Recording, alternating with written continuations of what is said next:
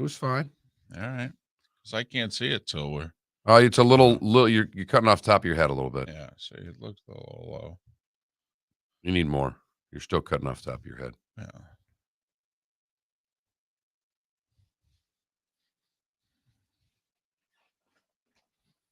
I'll do it. Don't worry.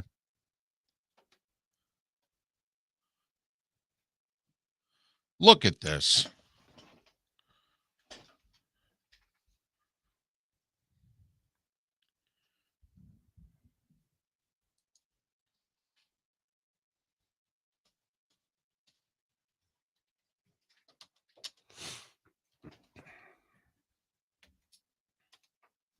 Let's do this.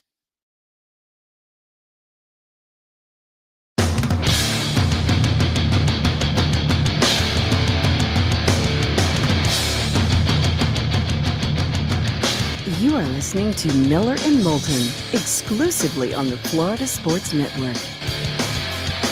And now, here's Mark Miller and David Moulton. Top of the morning to you. How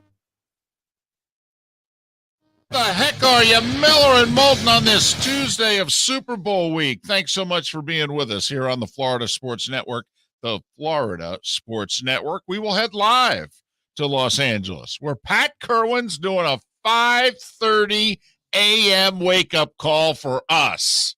I'm stunned. He said, actually, I'm up. I know, and I appreciate the heck out of it, but I'm stunned. Hey, listen, I get up for us for 3 a.m. when I'm out there. So, this 5:30 thing, then again, he is a guest. I was going to say, your name is on the show. Right. I guess I am obligated to be here. And only second alphabetically. That's really the only reason. It was a phonetic sound, alphabetical, whatever you want to call it. Nothing more than that. Does sound better as Miller and Moulton. I don't know what to tell you. So nice to be with us. Had Super Bowl week picked up yesterday because, they did kind of the media thing. I guess the Bengals did it virtually, and the Rams, obviously, they drove down the street, made a right, and They did it on site. And so, all right, we're underway. We're off and running. Although Tom Brady, he didn't make news, but I appreciated his honesty yesterday. Did you catch what he said? That he would never say never? Right. In which he said, listen, right now, I'm comfortable with this decision. I love my decision. This feels good. But I have no idea what July is going to feel like, or August, or September, or quarterback's going to get hurt in October, or what have you. He said, so, do I think I'm done? I think I'm done. But you never say never. Remember, Bucks own his rights. All right, I'm just saying, Bucks own his rights. If anything crazy were to happen and all of a sudden he's getting an itch. But if you're Arians, don't you just send a text right after you hear that and go, never, huh? I just think you call them a week before camp and go, you sure? How you feeling? It's been 5 months, 6 months. All right, you sure? Giselle wanted you home all these years. Is she happy with her decision? Is she ready for you to spend some time with the boys again? Tom, has she slightly said things like, you need to get out of the house more? Right. It's okay if you play golf on Wednesdays. Right. So there you go. I appreciate his honesty. I do. I mean, the only time that he was fibbing through all this, and we knew it as soon as it was right after they lost, and somebody asked him about his future. And he said, I haven't given it any thought. And we went, yeah, okay. All right. Gotcha. We know you got to say it, but come on. That's a little white lie. Well, and I, there's part of me that wonders if Tom just is a smart aleck doing this yesterday on his show because, well, he got scooped on his own retirement. He has controlled the media narrative perfectly. Yep. From his exit to New England right up until the retirement announcement. Yeah. No one has done a better social media PR job than Tom Brady and his team. Absolutely. And it got sabotaged a little bit at the end. Yeah. Yeah, somebody let the cat out of the bag, and it happens. It's tough nowadays. Got a lot of media, a lot of people talking, a lot of people want to get their side out. It's tough to keep a story like that quiet. I still like looking back upon the retirement leak that somebody went right to dad. And dad's like, you didn't tell me. Right. Don't know what You know, to tell you. you know who's always got your back, your father. Damn right. Well, if not, you got problems. Yeah, I mean, just looked right at that camera, right into that phone, and just lied through his teeth. You didn't tell me anything. You know, that's when we knew there was trouble with Harry and Meghan, when, Meghan's father abandoned her, stabbed her in the back like that. That's when you knew right then and there. This fairy tale was not going to end well. That's the first sign, Mark. That you're right, David. That is the first sign. Upon further review, based on your own rules, that's something to keep in mind. When mom and dad abandon you, you abandoning them, kids being kids. It happens. Mom and dad abandoning you, we got trouble. Went to the royal family, didn't you? You're really proud of yourself right now. Absolutely, I am. You kidding me? I mean, I went to the royal family before I went to a presidential administration. Well, it's a banner show. We don't know whose father let down his son being president. And if he did, man, that's really a problem. Right. It's either the Adams or the Bushes. Okay, we'll have more later on in the show. Adam in the Twitch chat room. Man, Moulton and his Royals obsessions. I love them. I love them. They're a mess, just like we are. They're the Kardashians, okay? Only a lot more pomp and circumstance. And money. Well, yes. A lot more. A lot more. Well, they've got land. And a lot of it. Their real estate has real estate, David. It really does. The Catholic Church thinks they have a lot of land. Right. I mean, man, they got who's their realtor? I mean, the Catholics say we kind of got them on the whole art collection, but land-wise, they're up on us. Right. We got the Vatican. They got Buckingham Palace. I don't know. We'll call it a push. Vatican. Close. Miller and Moulton on this Tuesday. Hey, so we have no more coaching openings. No. Lovie Smith is back. Just how in the hell did this happen? Somebody explained to me. John McClain, all right, the source of Houston sports, Houston Chronicle, Hall of Fame voter, esteemed reporter. John McClain wrote a piece yesterday that basically said Brian Flores' lawsuit cost Josh McCown the job. Said that McCown was clearly the guy they wanted to hire. McClain put something in his piece that I don't know if you'd heard it before. He said that the Texans offered McCown the job last year. They wanted him last year, straight out of retirement. And he said, no, not interested right now. Don't know if I'm done. I'm going to go home. Nope, not ready. Okay. So a year later, they come right back to the same well. He's the guy they want. But because of the Flores suits, that basically the Texans said, yeah, we can't hire Josh McCown. Wow. That's a scratch your head, because that doesn't happen in that league. Those guys don't ever take any warnings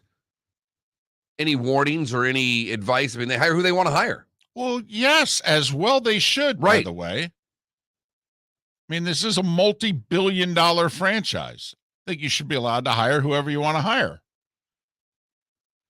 But he just said it as a matter of fact. John McClain did. Wrote his story. Just said that after it all went down, that between the fact that David Culley was an African-American and Josh McCown with no head coaching experience, right? And for the Texans to go him, they just felt as an organization that it would be a really bad look for them in the league. So Brian Flores' lawsuit, Mark, has cost two people the Houston Texans job. Josh McCown and Brian Flores. There you go. And Lovie Smith, 2.0 in the NFL with a little, 3.0 with a little stint in Illinois in the middle. Yeah, little 5 years in between Tampa Bay and Houston. He went to Champaign for 5 years. I don't recommend it, by the way. Nobody does. In between Tampa and Houston, I mean, if you're going to spend 5 years somewhere. Not unless you're coaching hoop. Right. Right. Has always been a sleeping giant in men's basketball. It really has. But Brian Flores, by the way, and his attorneys releasing a statement. I will say, he has handled this so badly, in my opinion. I mean, we thought at the time, has it been a week or 2 weeks? It's been over a week. I mean, time flies here. Right. It was like a week ago today, a week ago yesterday, that Flores, went public, filed his suits, and did his media tour. Right. And we said at the time, he's up for at least 2 jobs. What's he doing? It was the text from Belichick and the phony interview with the Giants that obviously set him off. No doubt about it. And so they were going to war. But while there were fights still going on, to use the analogy. I mean, Brian Flores would have gotten the Texans job, I believe, if he hadn't filed the lawsuit. Now, maybe not. Maybe I'm wrong. But I think Brian Flores would be a head coach today if he hadn't filed the suits. Maybe not. Maybe not. Because if it's not Houston, David, I don't know what job he was going to get. I think he had a real shot in New Orleans. All right, if he hadn't filed the suits.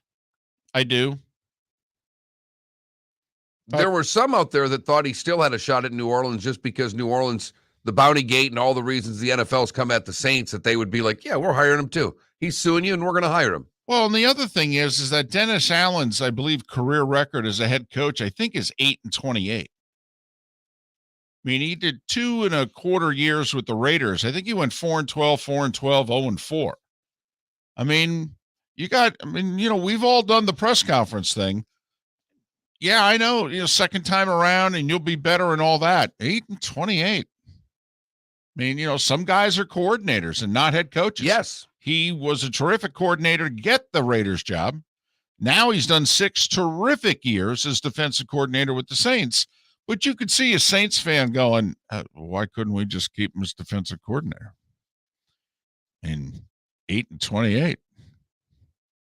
I mean, there was nobody else we could get with head coaching experience.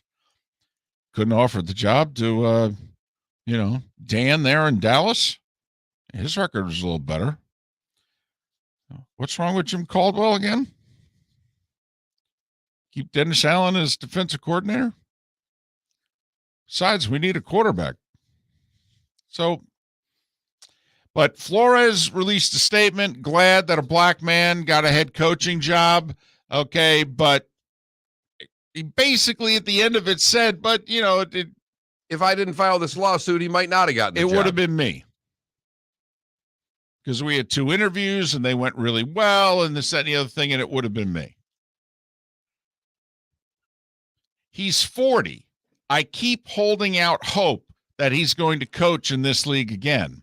But with every single time he and his attorneys say something or release a statement, I keep thinking, I don't know if Brian Flores is ever going to coach in the NFL again. I don't think that he is. And David, I know neither of us are attorneys, but we've paid enough attention to this stuff.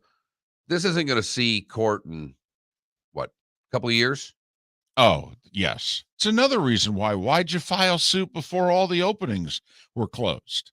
I mean, what's wrong with waiting a week and a half? I mean, unless he's going to L.A. and he's walking the convention center and he's doing Radio Row and they felt they really needed to do this, he could have wait until after the Super Bowl and then he could have filed it. Yeah, he could have. It wouldn't have had nearly the impact that it did filing it when he did. I'm not saying it's right, wrong, or indifferent, but David, you have to admit, filing it after the Super Bowl would not nearly have had the media staying power that he had by filing it when he did. mean, my goodness, he's leading off CBS Morning News last week on Monday morning. I know. I got to admit, you sue the NFL and claim they're racist, you're gonna get really good bookings no matter what week you do it. You are, but I do think during the season it sheds more light on it. It's going to force networks to talk about it this week. We're talking about it right now instead of talking about LA and Cincinnati. Not that there's really a whole lot of LA, Cincinnati to talk about. It's always the case on Tuesday of Super Bowl week. But I mean, for he and his attorneys to act surprised that he didn't get the job, you're suing your former employer and you're suing the league for which you work in. You could see where that would not bode well in the final analysis when we're deciding who to hire. I mean, I'm willing to overlook a lot, Mark, but even you, if you were saying, hey, Moulton, what are you doing? The guy sued his last place. Hell, he sued 2 other places where he interviewed at, and he's suing the league at large. What are we doing? Yeah, he's done. I mean, you start to think about it and go, well, what? If somebody hires him and they get rid of him 3-4 years down the road, they're going to sue them too? And so far, no one's joined the class action lawsuit. No. Not a single soul. If there were another 50 names on that list right now, then I'd say he has a lot better shot for another job. The longer it goes with no one joining that suit, David, that island that he's on gets bigger and bigger. Miller and Moulton, 16 minutes after the hour, top of the morning to you here on the Florida Sports Network. Hey, it's Mark Miller for the Training Grove by Orange Whip Golf, where golfers go to get better. Improve your golf game from home with Orange Whip Golf and Fitness online swing training program, The Training Grove. With a growing swing training video library and a daily program prescribed by golf fitness professionals, The Grove provides a clear path to unlock your most powerful swing, giving you control of your game like never before. Join thousands like me who have finally found a way to achieve results in half the time of traditional game improvement methods with The Grove's revolutionary blend of golf fitness, instruction, and award-winning Orange Whip products. Go to orangewhipgolf.com to get started for a free 14-day risk-free trial and use code Miller10 to get $20 off your first month. That's orangewhipgolf.com to get started for a free 14-day risk-free trial. Remember to use code Miller10. That will get you $20 off your first month. The Training Grove by Orange Whip Golf, where golfers go to get better. We're listening to Miller and Moulton on the Florida Sports Network.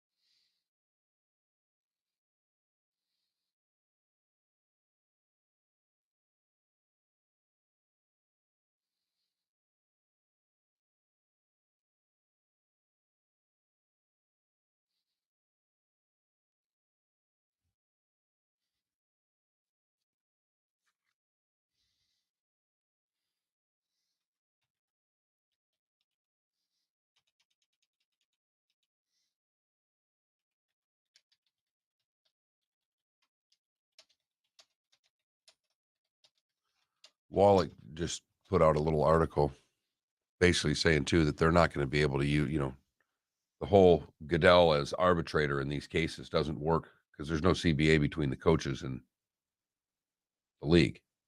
Like when there's discipline, Gotcha, he's right. judge, jury, executioner. There's no CBA between Flores and or Gruden. Interesting. I'm telling you, those emails from Snyder get open. Flores could win this, So even though he's handling it like a horse's ass. So you think the Gruden discovery could help Flores? Oh, yeah.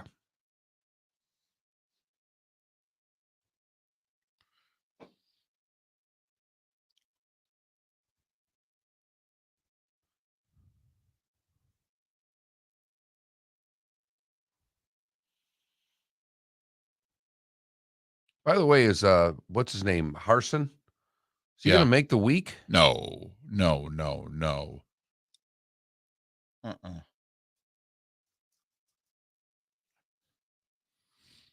I haven't.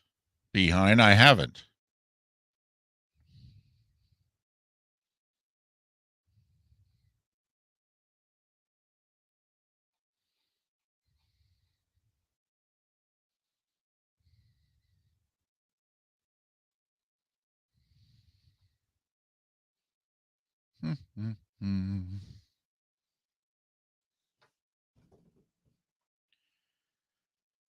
Good morning, Baltimore. Hello.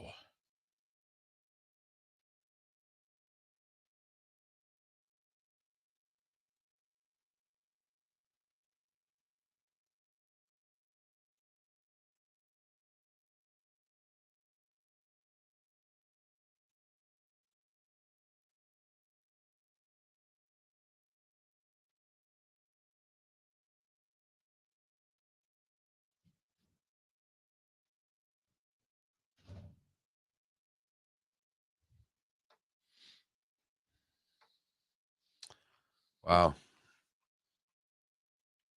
So Tiki criticized Stephen A's take, and Stephen A just basically said, I'm going to expose you. Right. Tiki just said, listen. I'm just right. Yeah, just got done reading it all. Yeah. Tiki said, I don't think Stephen A knows anybody in the Giants organization. But he goes, I do. And he said, and I think I'm qualified to speak on this topic as a black man who played for the Giants and knows the I know a lot of stuff about you, my brother, that I would never say because I have the decency not to say those things. Chill out, watch yourself, and know who you're talking about. Right. Totally. You. Right. And you know what, Stephen A., how about we walk outside and handle this like, man, you're going to talk to me like that. Right. Because I'll whoop you badly. Mm-hmm. My brother. Yeah. Tiki's enjoying a nice little comeback. He's getting 10 really seconds. good. He's because they're now middays on the Fan. And Tiki's getting really good reviews. People are like, wow, he's really good. I think Mark can take Stephen A. Well, yeah.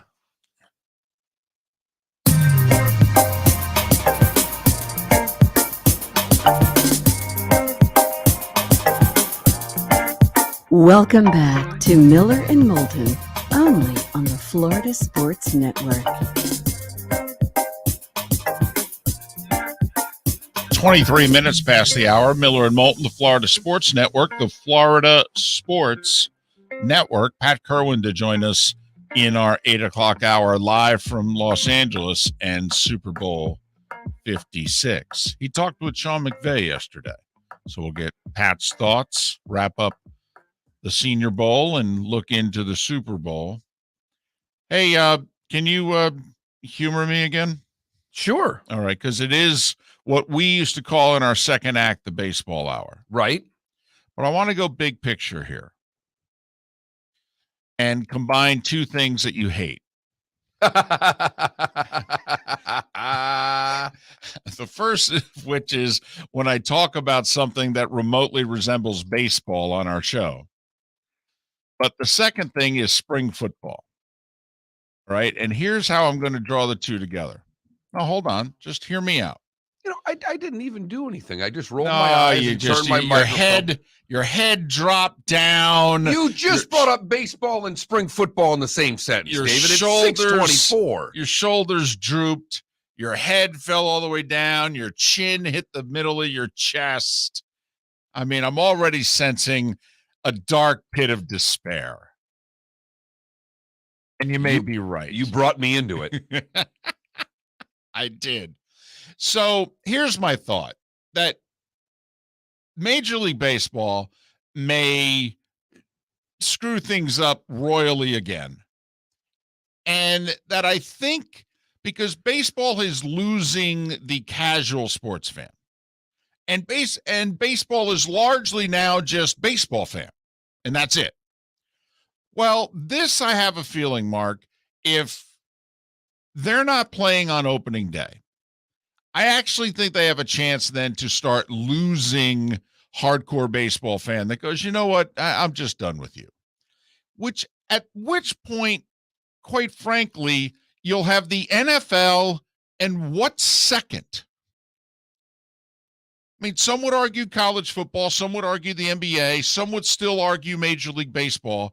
But there's a part of me that if I'm running the NFL, I'd turn and I'd look around and go, you know, if baseball really wants to hand us this gift, and they now want to make spring and summer wide open, okay, because NBA has their fan base and not much else, and baseball apparently is willing, after giving up the what else, is now willing to even give up some of their fan base. If you're running, first off, if I was the NFL, you know I would have bought in and run a spring league, but I'm just wondering, is baseball opening it up so that spring and summer may now be available for a sport, for something to take over? All right. Do you feel better? It was just a thought I had. Okay. I just want to make sure I had to humor you. I feel like I sat here patiently and let you go. You did. The key thing that you said through all of that, David, and why spring football has never worked is because of what you just described. And you are very right in your plea. When the NFL says, I own the USFL, it's my league, and we're running it, then that league has a shot. Until then, I don't believe that it has a shot because nobody's got deep enough pockets to incur the losses that are going to come because these leagues are not run very well. And they're not going to get big enough television ratings to get the money back in year one and maybe not year two. But, David, there's definitely an opening because you asked me what number 2 was. And before I was given a chance to answer, you tried to come up with your own answers. My answer is, right now, what's number 2? The NFL offseason. I think free agency and the draft is bigger than any sport that happens in the spring, including any spring football league. But I do think that there's an opening. Just so you know, when I asked what's number 2, I was not just asking of you. I was wanting it to hang out there for our listeners so that they could also answer what is number 2. But I don't think there is a number 2 anymore. I think the NFL offseason is that popular. And Philly's going to get mad because he's an NBA guy. But you made the point. The NBA fan's the NBA fan. Mm-hmm. The baseball fan's now the baseball fan. And I'm even sensing if some of those fans, they're turning into what you and I were. The disgruntled hockey fan that tries to argue why their sport's more important than it is right now. You and I gave up a long time ago. We still love our pucks, but we know where it sits in the pecking order. Yeah, it's seemingly only going to be what it's all it's ever going to be. Right. Even though we love it. Yes. And we would argue that its postseason is far and away the best. But hey, the verdict is in. Yeah, exactly. Now, I do think the NBA's got an opportunity here because, as we've talked about for a long time, the West was so dominant for so long. Just there's more people on the East Coast. The Eastern teams being better is better for the sport.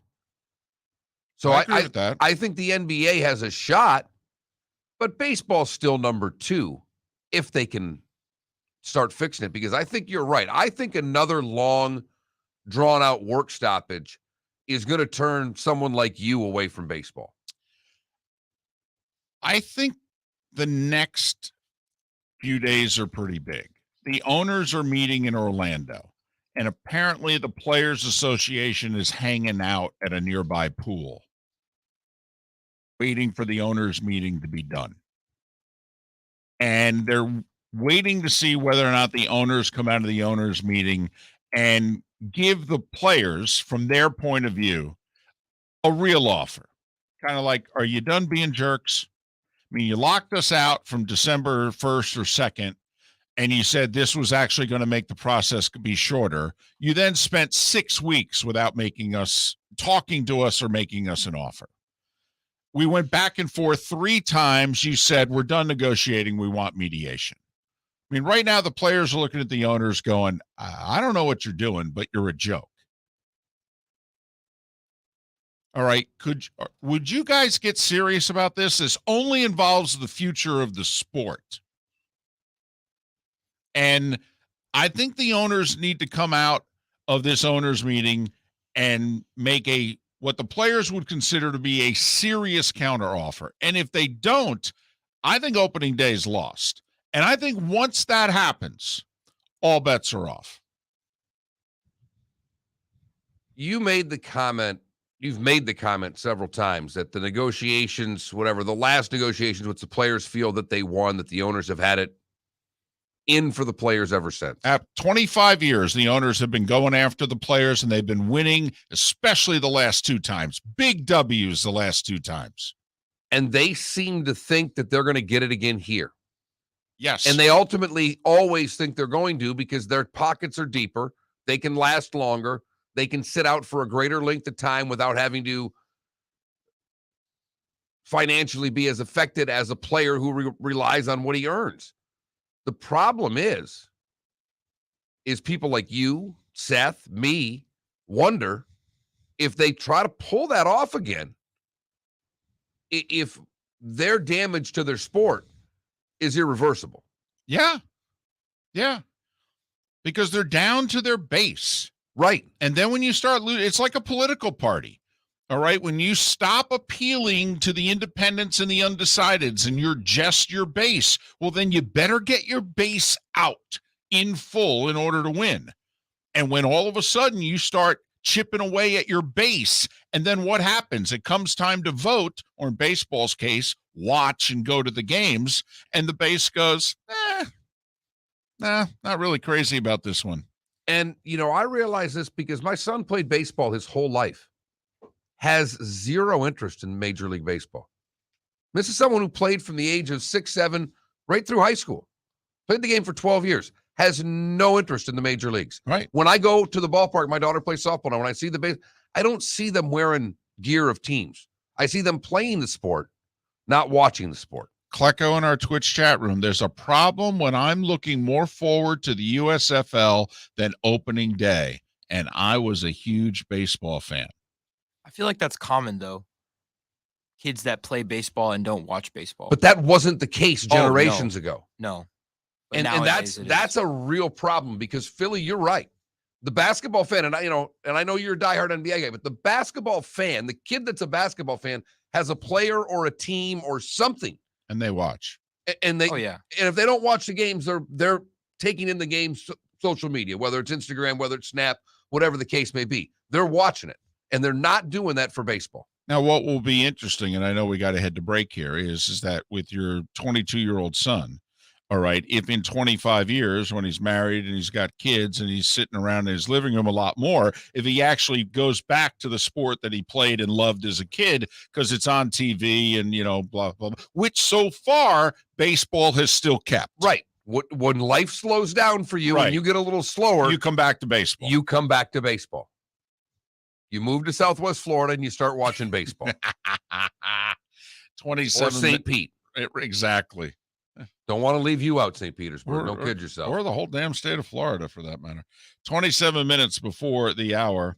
The starting 5 is next. Miller and Moulton, the Florida Sports Network. Hey, it's Mark Miller for the Training Grove by Orange Whip Golf, where golfers go to get better. Improve your golf game from home with Orange Whip Golf and Fitness online swing training program, The Training Grove. With a growing swing training video library and a daily program prescribed by golf fitness professionals, The Grove provides a clear path to unlock your most powerful swing, giving you control of your game like never before. Join thousands like me who have finally found a way to achieve results in half the time of traditional game improvement methods with The Grove's revolutionary blend of golf fitness, instruction, and award-winning Orange Whip products. Go to orangewhipgolf.com to get started for a free 14-day risk-free trial and use code Miller10 to get $20 off your first month. That's orangewhipgolf.com to get started for a free 14-day risk-free trial. Remember to use code Miller10. That will get you $20 off your first month. The Training Grove by Orange Whip Golf, where golfers go to get better. You are listening to Miller and Moulton on the Florida Sports Network.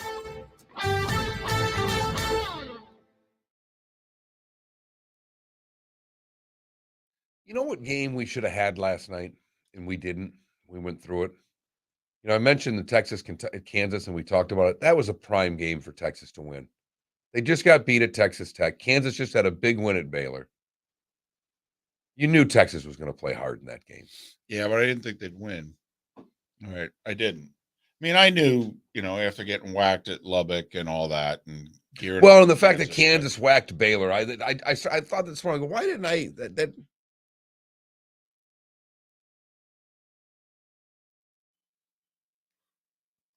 So, by the way, if it's the Bengals, is it Auburn for basketball since it's the year of the Tiger? Just saying. Just saying. The other way to look at it is that it's the year for, when it's been a while. You go back to the Milwaukee Bucks. It'd been 50 years. The Braves, it had been 26. Georgia, it had been 41. Right.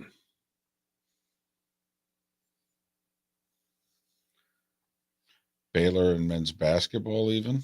Yeah, but you're already in last year. You're in a new year. All you can really count is Georgia. I think you can count the Braves. I do, because I connect the Braves to the Dogs. Well, I know you do.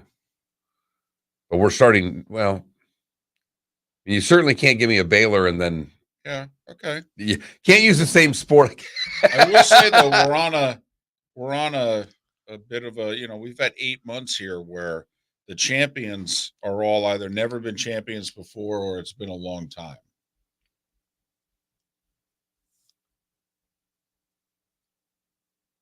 Wow. 32, and he's never watched MLB. Did you try to get him to watch Major League Baseball at any point in time? I mean, I will did say, you ever take him to a game? I will say with Jake, the fact that the Tigers stink doesn't help. When your team is bad, it's harder to watch. Watch my second straight Heat game last night. Talk to me about how well we played. I didn't have the volume on Come because the on. volume was on Carolina, Toronto, but they shot the eyes out of the basket last Come night. on. So what's going on here? It's just come on. That first quarter literally had me screaming. You have a problem if first quarters are making you scream. Oh my gosh. It's just the thing is, me and my roommate. Is he a Heat fan? Oh yeah, we're both from Miami. Okay. The bubble. I mean, it was in August. You have to remember that's when the playoffs started. We would get home from class. Thank you for letting me know when the playoffs started in the bubble. I appreciate that. You're welcome. We'd get home from class and watch playoff games. So that run was ridiculous.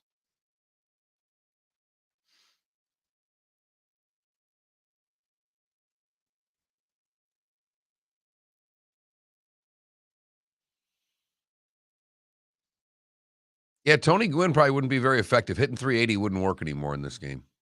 Only striking out about 20 times a year. Did Tony Gwynn actually do that? Oh, you should look up Tony Gwynn's numbers. No, I know his numbers, but he struck out 20 times one year. Oh, yeah. I think one year he struck out less. One year he struck out like 23. First off, there's a stat. Mark said it during a commercial break like 2 weeks ago. I think I remember, the yes. Smoltz, Maddox, Glavin triumvirate. Against him. And first off, he hit like 383, but secondly, he struck out like what, 3 times? I mean, something absurd. Here, he played 2,440 games. He had 9,288 at bats. Would you care to guess how many times he struck out in 9,300 at bats? 200. 434. 434. It's ridiculous. That's absurd. The most strikeouts, the most times he was ever struck out in a year. This is a bad year. He struck out 40 times in 521 at bats. 1 out of every 13 at bats he struck out.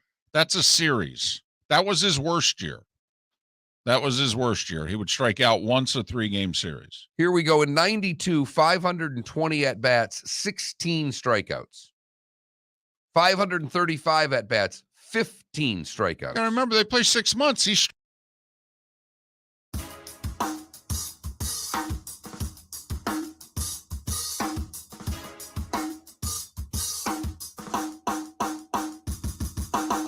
Welcome back to Miller and Moulton, only on the Florida Sports Network.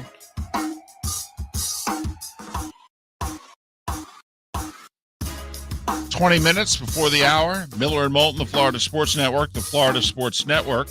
The NBA trade deadline is Thursday afternoon. Hope to have an NBA guest every day for the rest of the week. Brett Siegel will join us in the 8 o'clock hour to talk the association. Pat Kirwan also in the 8 o'clock hour to talk Super Bowl 56 and all things NFL. Right now it is time for The Starting Five. 5 stories you need to know. It's the Starting Five on Miller and Moulton. Here's number 1. Well, and then there were 2, and then there were none. Houston and New Orleans at this time yesterday had yet to hire their head coaches. They have now reportedly done so. The Texans hiring Lovie Smith. It'll be his 3rd time as a head coach in the NFL. He did 9 years with the Bears. He did 2 years with the Bucs. Hasn't been a head coach in the NFL since 2015. His all-time record's 89 and 87.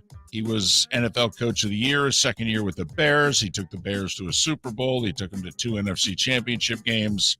Lovie Smith, who was the defensive coordinator and assistant head coach with the Texans last year under David Culley, hired to be their head coach. Scale of 1 to 10. If you're a Texans fan, what do you think of this hire? -5. I'm not joking. This is undamn believable. What part of it do you hate the most?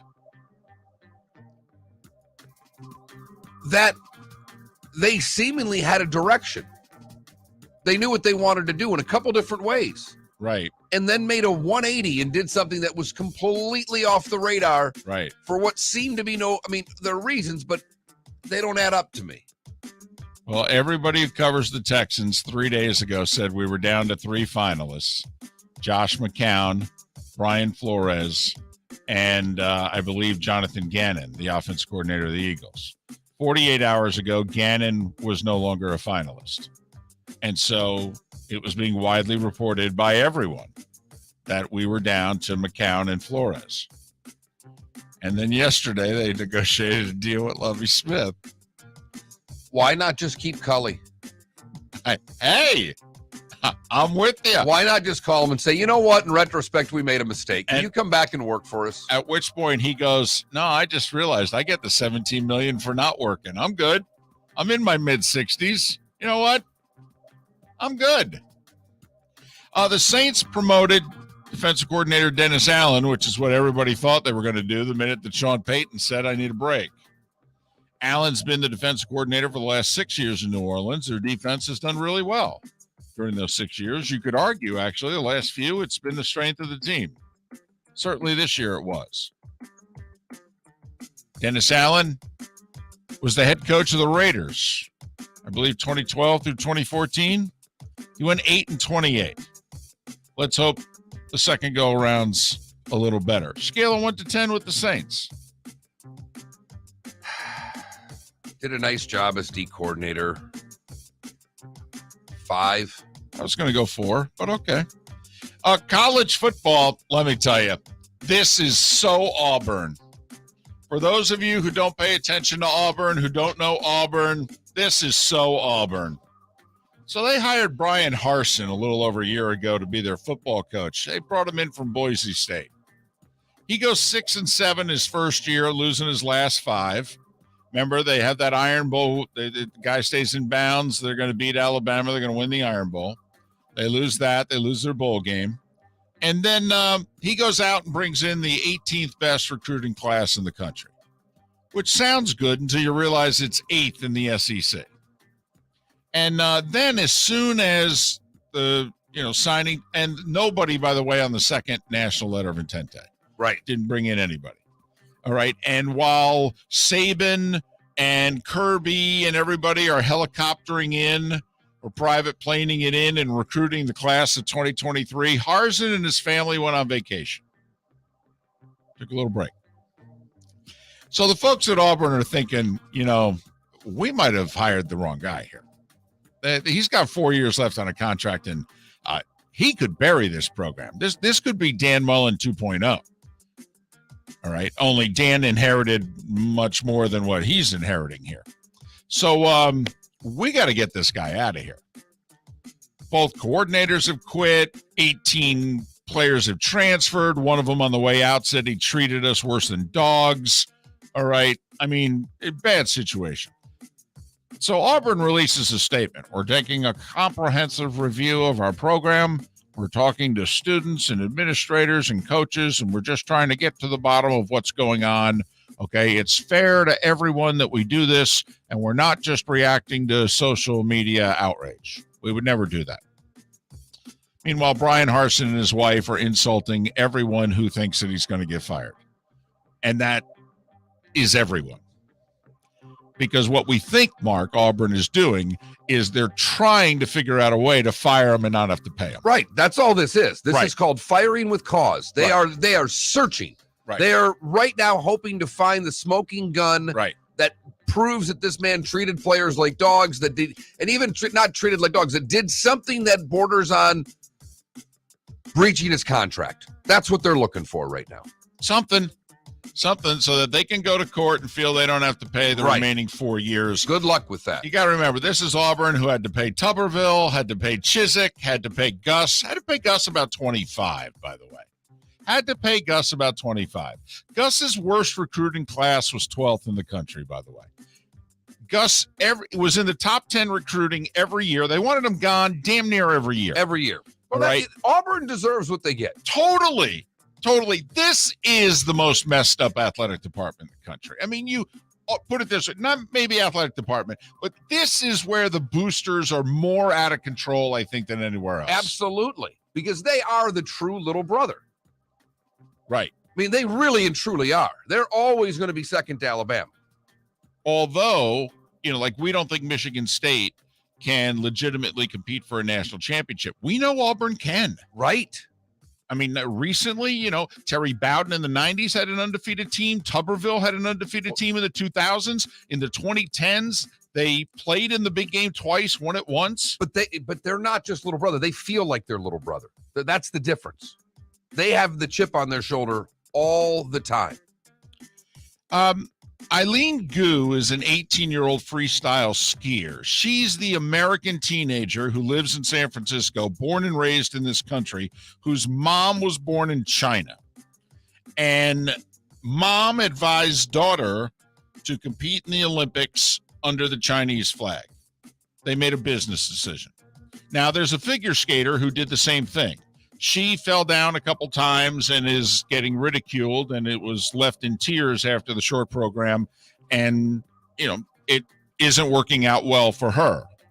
For Eileen Gu, she won gold in the women's freestyle big air event yesterday, going from third to first on the final jump, in which she did like 4.5 revolutions. And she's being called the Snow Princess over in China. She's going to make hundreds of millions of dollars. That is not an exaggeration. It's all lined up for her now. And she's favored to win 2 more medals, potentially gold. 18 years old. American Nathan Chen, by the way, who was favored 4 years ago to win the men's figure skating championship and fell down a bunch in both programs and finished 5th. He has a commanding lead after the short program. Apparently, it's the best short program in the history of Olympic figure skating. Right. Set the world record for the short program. Women's hockey, Canada beat the U.S. 4-2. Don't worry, they'll meet again for the gold medal in about a week. College hoops, Virginia goes into Cameron and beats Duke 69-68. They've beaten them 2 of the last 5 times in Cameron, and I think the combined total of those 5 games, the difference of score is 8 points. Remember how Virginia was awful a month ago? Tony Bennett can coach. He can flat out coach. 4th-ranked Arizona beat their like the rival way they Arizona play. State. They're awful Awful to watch. but he can coach. Arizona by 12 over Arizona State. Texas at home beat Kansas 79-76, and then they stormed the court. Come on. You're Texas. You just got your asses kicked by Texas Tech and you're storming the court. Come on. Wow. Man. FIU lost, South Florida won, Bethune lost, FAMU won on the men's side. Women's side, FAU, FIU, FAMU all lost, Bethune-Cookman a winner. Women's rankings, the Gators, for the first time in 6 years, ranked in the top 25. Good. They've beaten 4 ranked teams in the last 5 games. About damn time. Yep. Gators ranked 19th in the women's poll. FGCU ranked 22nd. NBA, the Heat by 21 over the Wizards. Phoenix. They shot the eyes. I mean, they? man. I just saw they were up huge. Phoenix was also up huge and then hung on to defeat the Bulls by 3. Golden State, Klay Thompson had a big game. They beat OKC by 12. Toronto, 15 better than Charlotte. And Utah, 9 better than the Knicks. The Knicks did the same thing. Played great and then blew it at the end. They did the same thing against the Lakers over the weekend. That's a team that is probably going to blow it up in the next 48 hours. Who? The Knicks. And they should. Oh, good. So they're going to stay consistently bad like they are? Oh, yeah. Oh, no, they're not going to get any better. They're going to blow up one bad situation and create another. They're a disaster right now. Yeah, they're the Knicks. Right. Come on. They had one good year. They've had like 2 good years in the last 20. They peaked too early. Yeah, and by too early. 1973. Right. Toronto got 2 goals from Austin Matthews, and then Mitch Marner scored late in the third to tie it, and then he scored in overtime to win it. Maple Leafs 4-3 over Carolina. 2 of probably the 5 best teams in the league. Absolutely. you say Very that? fun game last night. Fast-paced. A lot of fun to watch that game. Wouldn't you say Carolina, Toronto, Tampa Bay, Florida, and then Colorado? In Colorado. Ottawa beat New Jersey 4-1. Remember, the NHL was not supposed to be playing now. It's the Olympics. They were all supposed to be playing in China. So these are all makeup games. To give you an idea, Mark, Tampa Bay next plays on Thursday. The Florida Panthers don't play until a week from tomorrow. They don't have any games to make up. Meanwhile, there's teams who have to make up like 9 games over the next 2 weeks. Boy, our boy's going to get bored practicing. It's a lot of quality golf, though. It's a lot of quality golf. Panthers will be well represented at the Honda next week. If there's a celebrity event, the Panthers are going to do really well. Major League Baseball, as we mentioned earlier, owners' meetings this week in Orlando. Here's an interesting factoid. I was hoping you're going to get to this factoid. That because of the whole Come on, give it to me. lockout and no CBA. Come on, baseball's back. Major League Baseball, because they don't have a CBA, has stopped testing for steroids since early December. Bonds is still got. Robinson Cano's like, this is fantastic. I get to use steroids and I'm back. Screw the juice balls. We got juiced players again. That's 7 minutes before the hour. That was the Starting 5 every weekday morning at this time on Miller and Moulton. You have never been so lucky that you included that little factoid because I was coming top rope if you didn't. Of course I was going to include that. When I saw it, I thought of you. I went, well, Mark may be really into this baseball season if they ever play it. Darn right. Now, you do know if they strike a deal, they go back to testing again. Maybe. No. They will go back to testing again, which means if you're doing steroids now, I have no idea how long it lasts in your system, your cycles. I'd be juicing my deal. tail off I understand that, but you got to remember, if God forbid they do a deal in the next 4 weeks, you could get caught, right? I don't know how long this Give me the stuff's- clear. Give me the cream. Right. Give me the clear cream. I understand. Just reaching into the bowl and grabbing a handful right now. I got it. Want some greenies? I want a hamburger and I want a cheeseburger. Miller and Moulton. Thanks for waking up with us here on the Florida Sports Network. Bring your big mouth to John Smith Subs and indulge in their overstuffed subs with the freshest quality ingredients. Enjoy our famous steak bomb with perfectly grilled marinated sirloin steak topped with provolone cheese, grilled onions, peppers, mushrooms, crispy bacon, juicy tomatoes, and creamy mayo. Boom! Made-to-order crispy fries can be paired with the Gator, the Cuban, the Chicken Bomb, or the Italian.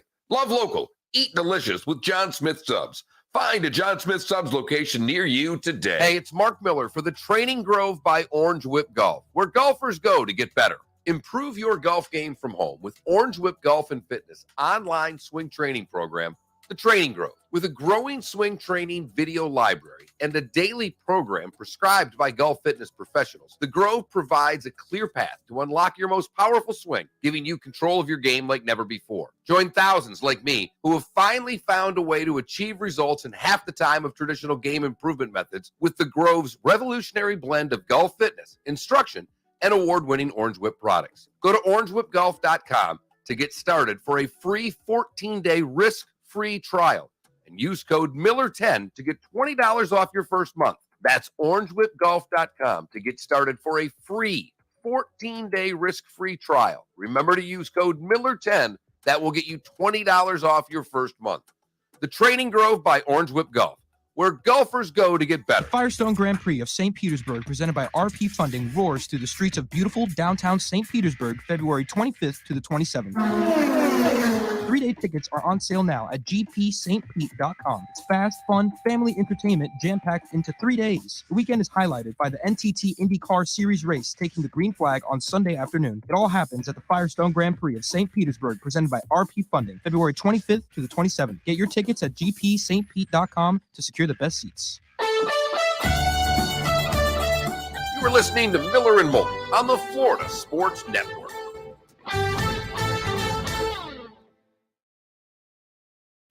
Klecko, I'm not being a smart aleck, but like Seaver had 232. Blyleven had 242. Blyleven had 60 shutouts. 20 of them were 1-0 games. Part of the reason why the two of us, me more so, but the two of us always pounded the table for Bert Blyleven. Now, we said Jack Morris had to get in. Jack had to get in first. Right. We were pounding the table, but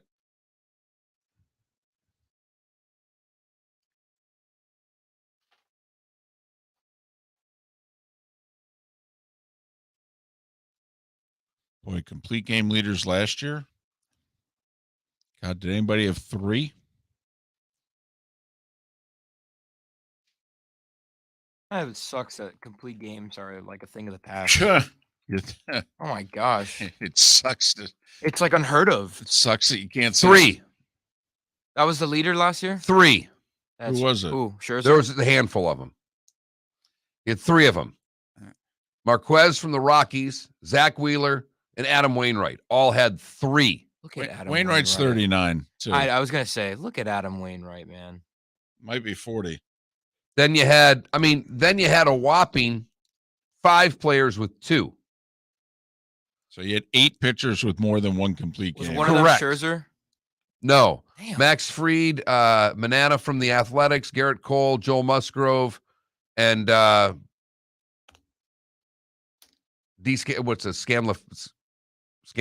Is that how you say it, from the Giants? DeScalafani? Anyhow.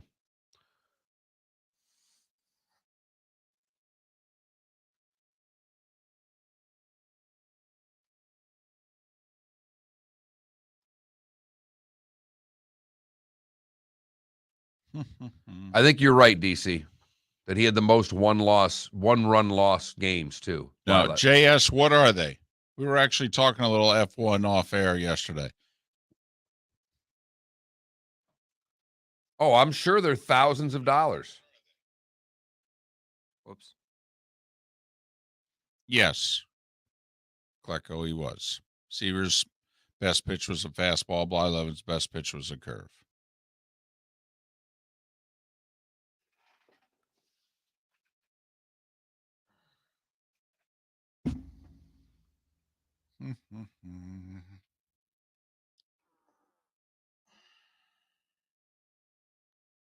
Did you find any Mike McDaniel sound? You want me to look for his? I just something about him at a press conference. A couple of the things that he said. Are the clips out there anywhere? All I've seen so far is him a clip of him on the plane on the way to Miami saying, "Check your pulse if you're not fired up." That's it. Gotcha. Yeah.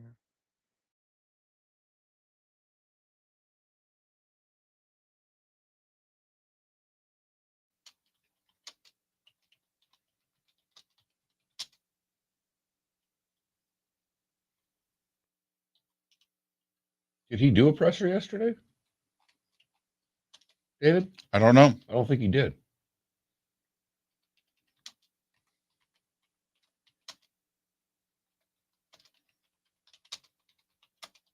He was with San Francisco in 2020, right? McDaniel?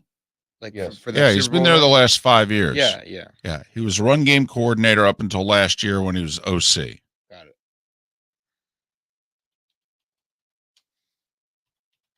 10 seconds.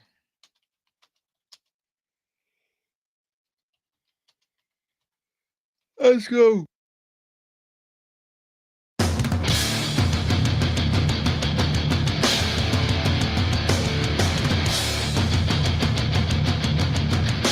You are listening to Miller and Moulton, exclusively on the Florida Sports Network. And now, here's Mark Miller and David Moulton.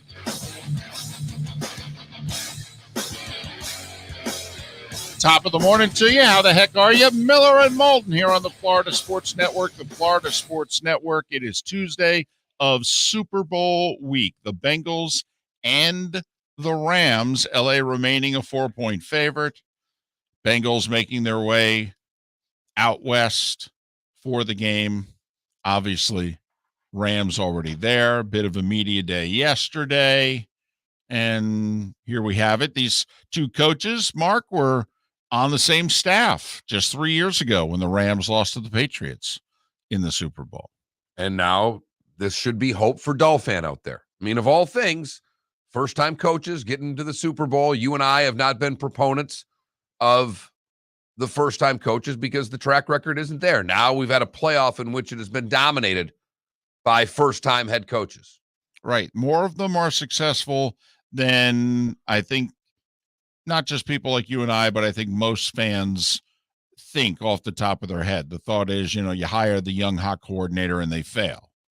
Well, what was it? 6 of the final 8 teams were coached by guys who that's their first head coaching job, and you could go through it. McVay, by the way, the younger of the two coaches in the Super Bowl for a second time. First time in 70 years that there's a championship game in the NFL in which both coaches are under 50, or under 40. So, don't know if it's a new era. We've had a lot of Bill Belichick and Andy Reid in the big game here lately with a little Pete Carroll thrown in, the 3 oldest coaches in the league, basically. Right, who are all retreads. Along with Arians last year. Who's another retread. Right. Waited a long time, though, to get his first crack, but yes. But all had second jobs as head coaches. Mm-hmm. Right now, I don't know if we've ever been, and we probably could go through it, probably should have done it during the break, but I don't know if we've ever had this many first-time coaches in the league. The league's dominated by it right now, particularly with all the new hires. Well, my goodness. I mean, 9 new hires now this time around, but Peterson and Lovey Lovey are the two that had, and Josh McDaniels. So 3 of the 6 had done it before off the top of our heads here. And of course, it's kind of like a draft. Everybody has to give a grade to a draft. And you look back 3 years later and go, wow, I really missed that one, didn't I? All right. And it's the same now with coaching hires because Doug Peterson was famously regarded. I think it was the 2016 offseason because that was the year Gase got hired by Miami. And that was regarded as the best hire. And Doug Peterson, to many people that year, it was the worst hire. And the Eagles hired him. And 2 years later, of course, they won the Super Bowl. And then it was almost impossible for him to get hired again. Right. I mean, because he was considered lucky and not good at his job. Well, and he put together a good staff. And then once that staff left him, he couldn't coach. Right. He was dumb. I mean, I'm not kidding. The stink that Philadelphia put on him was that he was, not that bright. Okay. I don't know, is bright enough to put together a good staff, and Carson Wentz played the best he's ever played under him. So I don't know, but they gave Frank Reich all the credit for that, etc. So that is the next step for all these coaches. So, all right, who are you going to get? Like, who's going to get Wink Martindale? Who's going to get Vic Fazio? Will Schwartz leave Tennessee? Who's going to get Vic Fangio, excuse me. Fazio was an old Pitt coach.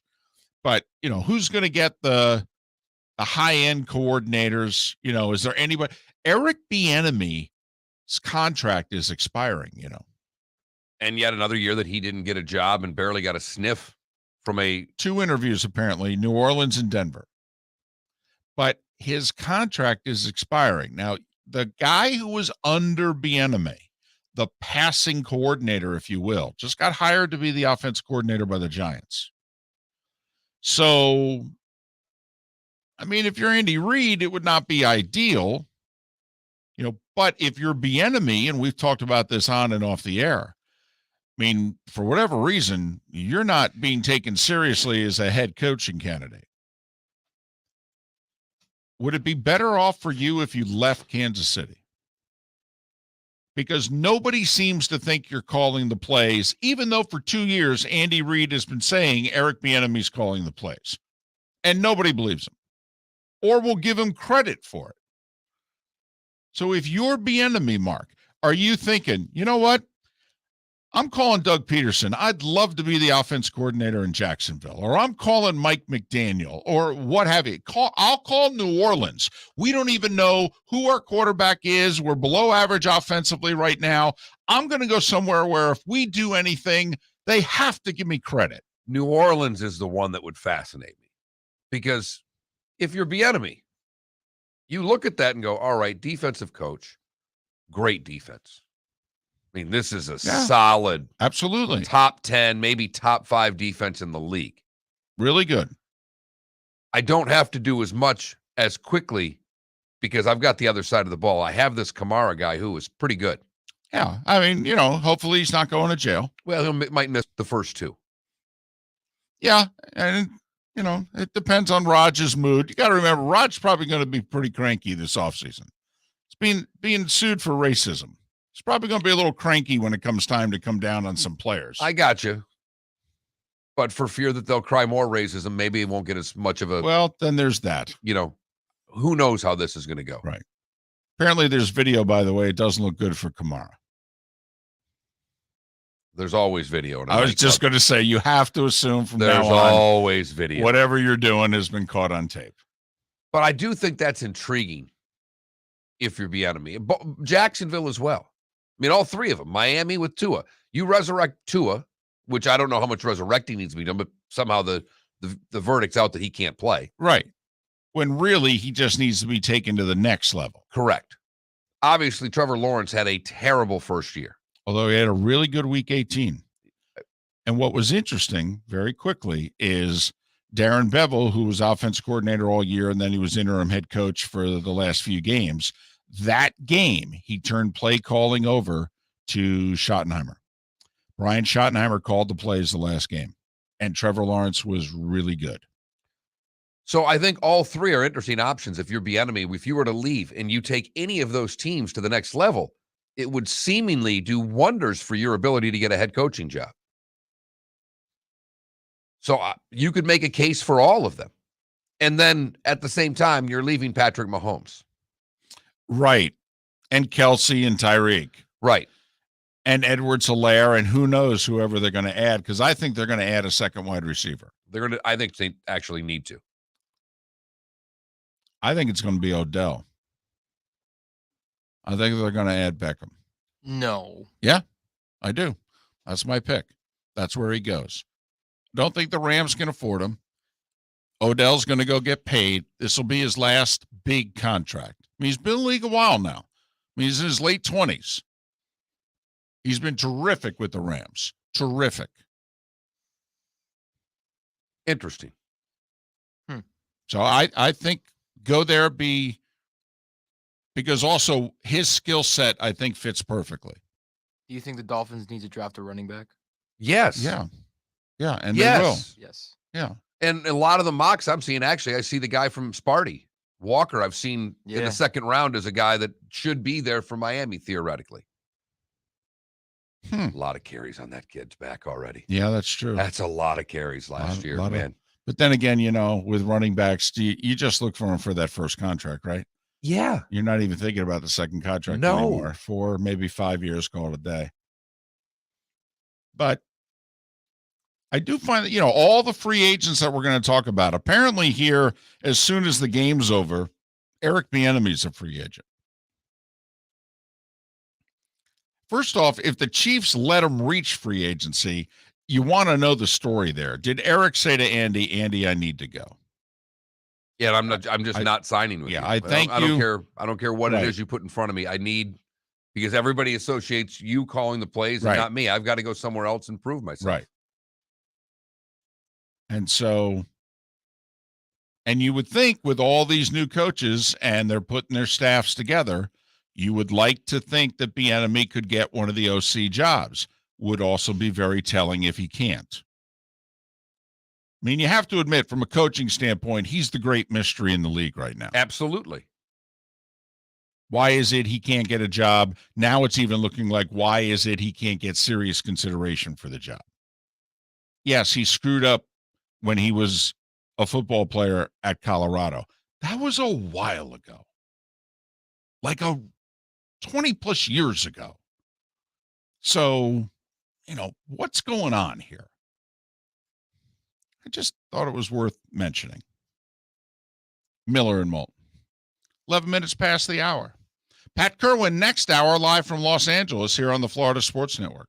Hey, it's Mark Miller for the Training Grove by Orange Whip Golf, where golfers go to get better. Improve your golf game from home with Orange Whip Golf and Fitness online swing training program, The Training Grove. With a growing swing training video library and a daily program prescribed by golf fitness professionals, The Grove provides a clear path to unlock your most powerful swing, giving you control of your game like never before. Join thousands like me who have finally found a way to achieve results in half the time of traditional game improvement methods with The Grove's revolutionary blend of golf fitness, instruction, and award-winning Orange Whip products. Go to orangewhipgolf.com to get started for a free 14-day risk-free trial and use code Miller10 to get $20 off your first month. That's orangewhipgolf.com to get started for a free 14-day risk-free trial. Remember to use code Miller10. That will get you $20 off your first month.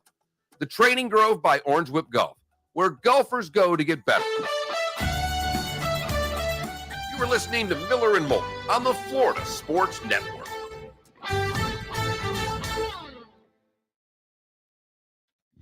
Put it this way, DC. I would rather get hit by a bus than trade for Julius Randle.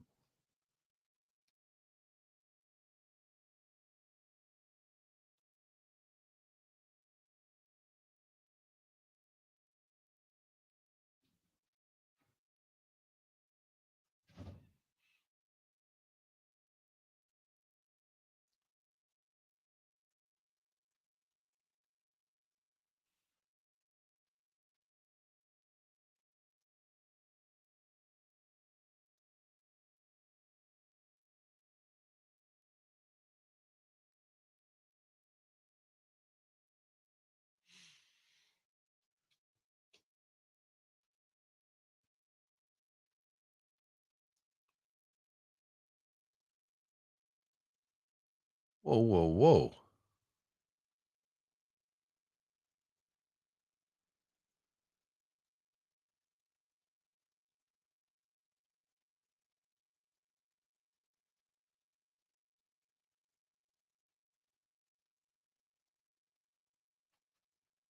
Huh.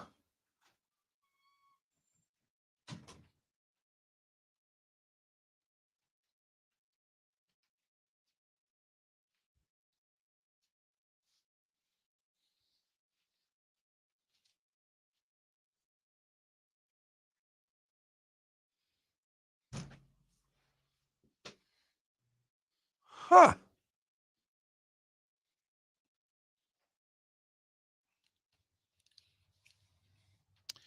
They're saying this year's Super Bowl is the biggest. Well, yeah, there's legalized gambling in 30 states.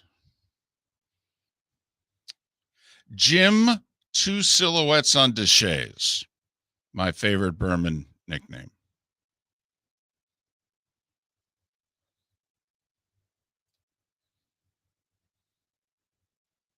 Unbelievable. What a commercial break that was. Just got like 8 cooking hacks for my French press. Who knew? Who knew? I was a big fan of Eric sleeping with Bieniemy too. Eric Winplace and Shaw, Eric Winplace, Yeah. Eric Shaw, Eric Winplace and Shaw was another one of my favorites.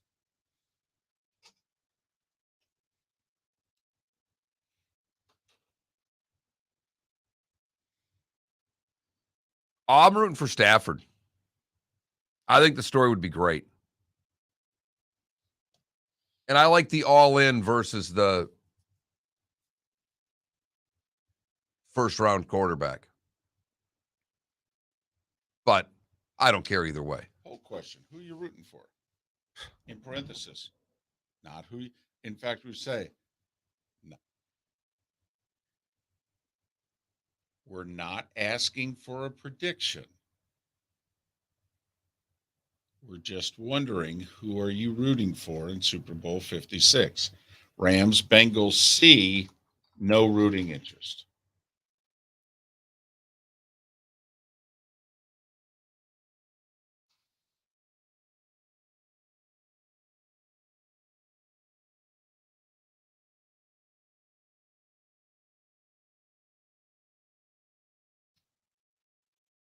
What is this, 56?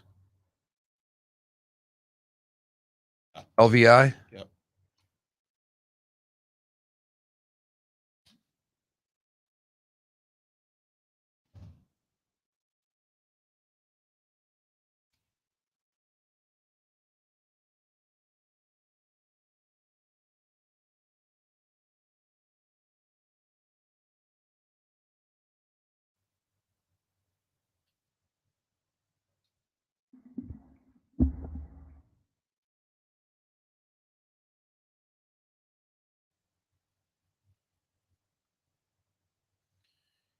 All right, you're the captain of an NFL team. Calling the coin toss. What are you choosing? Heads. Always? I'm Always I'm a heads. tails guy. Tails never fails. Tails always fails.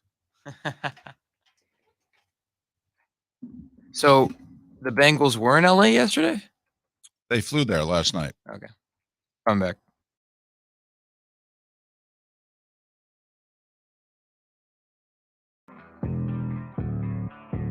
Thanks for listening. And now, more of Miller and Moulton on the Florida Sports Network.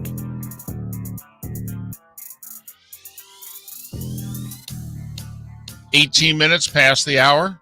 Top of the morning to you, Miller and Moulton, here on the Florida Sports Network. The Florida Sports Network. Brett Siegel, top of the hour. We'll talk a little NBA, specifically the trading deadline, which is Thursday afternoon. Thursday afternoon. It is fascinating how different NBA and the NHL, whose seasons are almost mirror images of one another. Hockey starts a touch before the NBA. How different their trading deadlines is. NBA's trading deadline is February, 10th? And I think hockey's is over a month later. Now, I think the Olympics, the whole 2.5 week hiatus there, it's why it's that late, but still, hockey's deadline is normally noticeably beyond the NBA's trade deadline.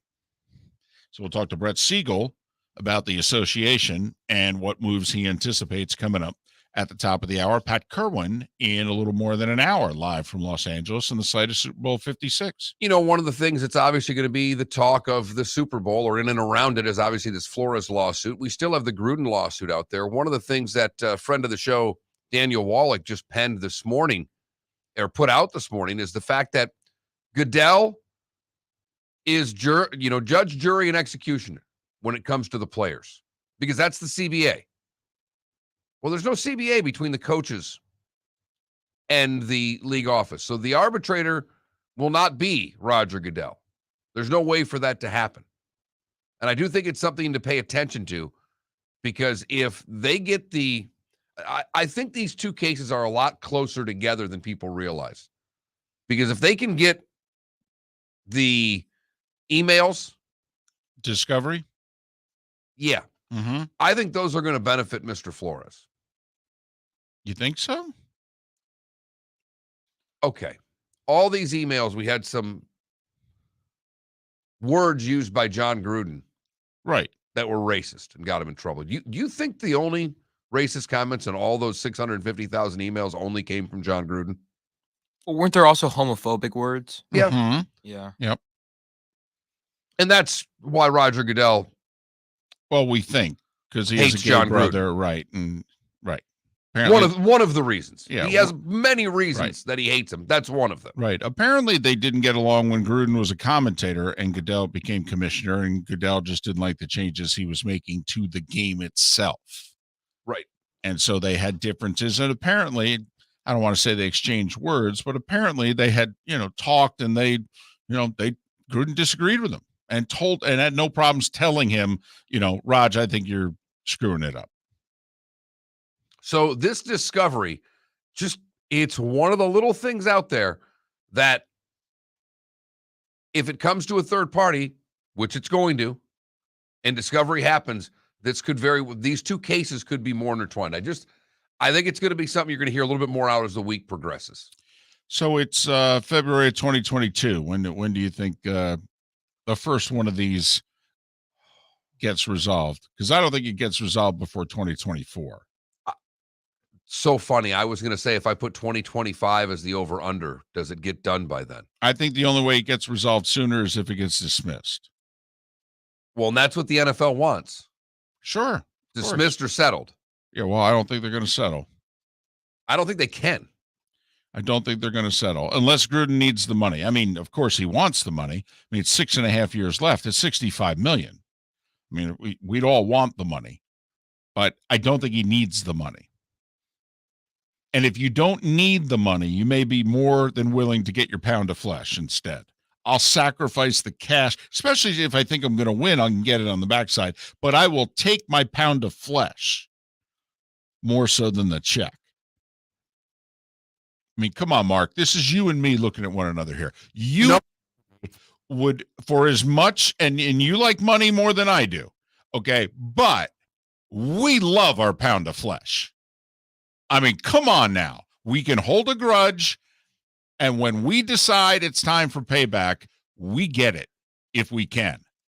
And if I had a choice, if I had the money and I did not need it, if I did not need the money and I had a choice between $65 million or that pound of flesh, I'd take the flesh. The only way Gruden settles is if Goodell retires before the suit comes to fruition. No, David, I think what you said, there's a lot of there. But I think ultimately John Gruden loves football and the game and the league and all that stuff. And I don't think he wants to cause bodily harm to the game that has brought him all of his success. I truly don't. I think he's angry, and he's angry at Roger.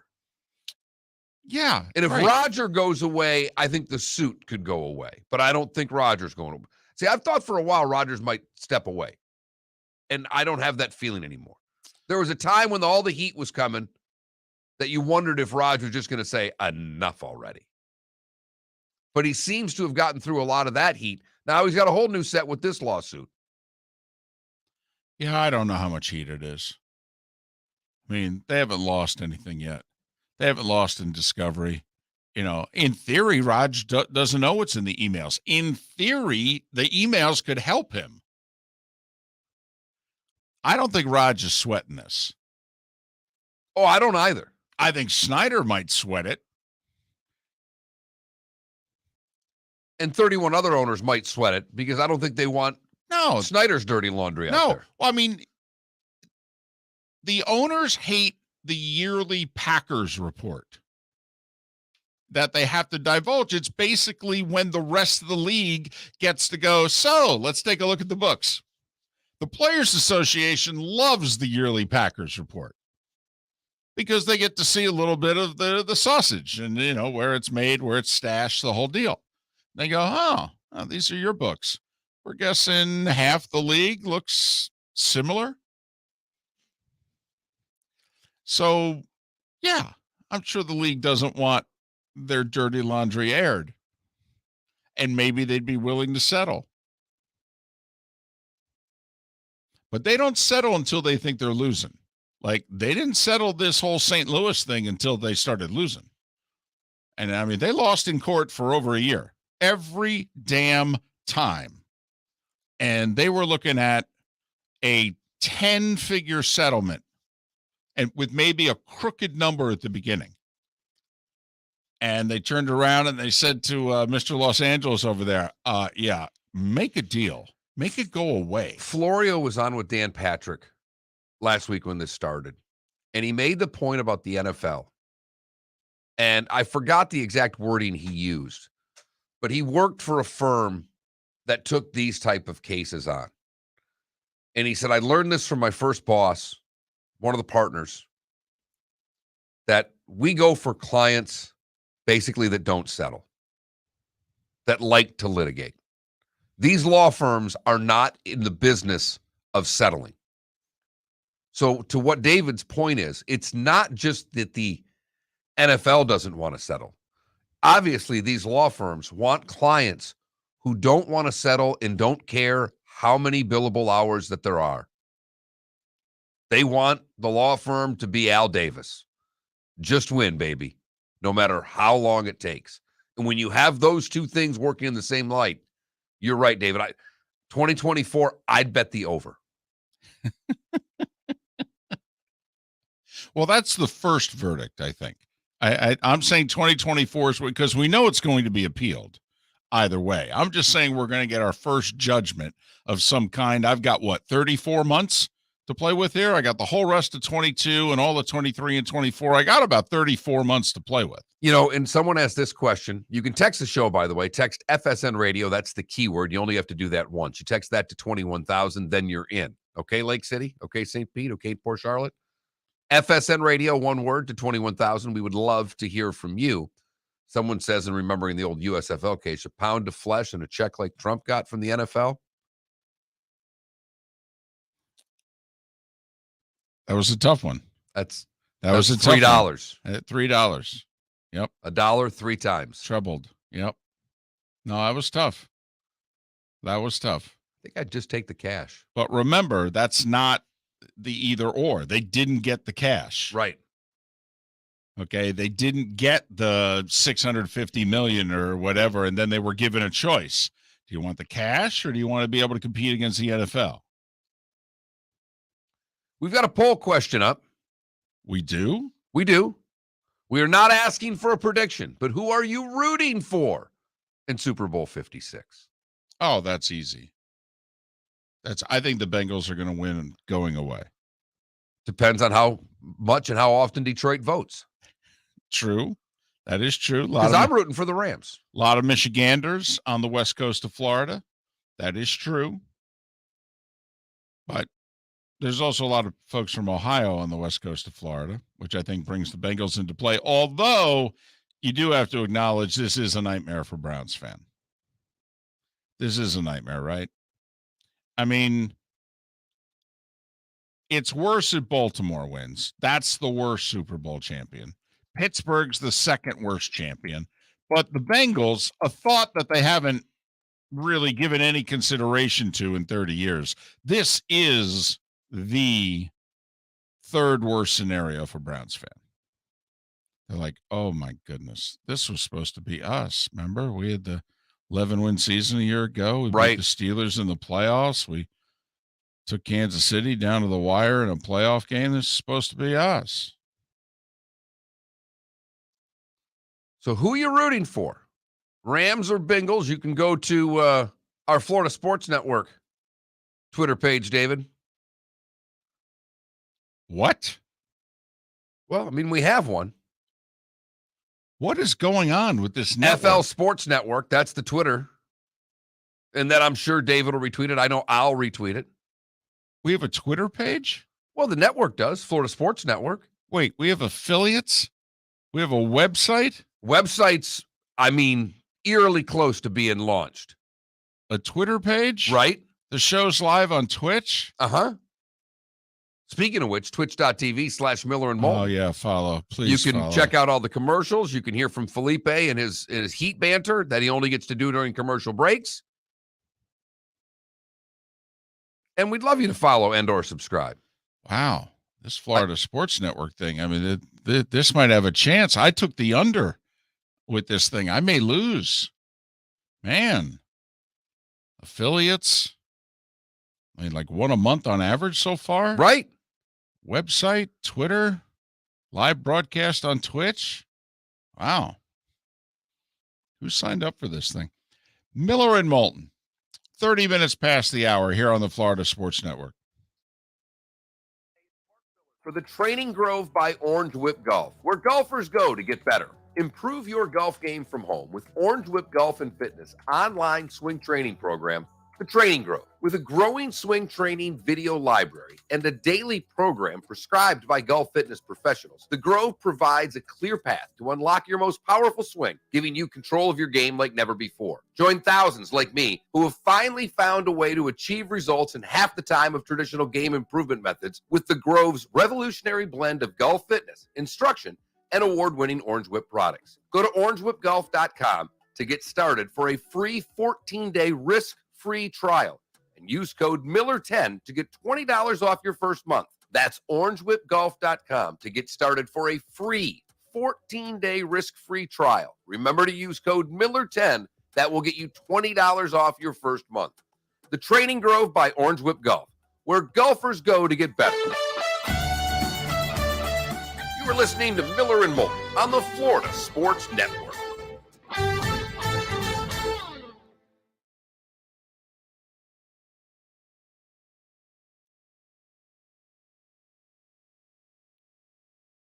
Spihar was just a goal scorer. He didn't do anything else. It was just a goal scorer. It was a really good goal scorer. But it was kind of like, Brett Hull against Brian Trottier. Cullen did everything.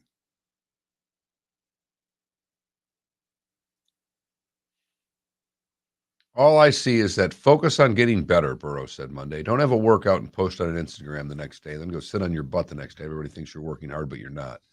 Work in silence. Don't show anyone what you're doing. Let your performance on Friday nights and Saturday nights and Sunday nights show off all the hard work you put in. Don't worry about all that social media stuff. That's my guess is the quote. That's all I could find.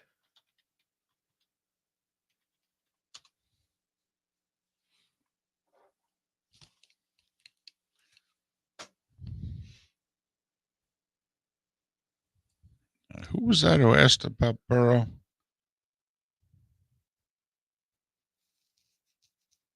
I need to get them on Steam Elements. Must not be talking about anything with us.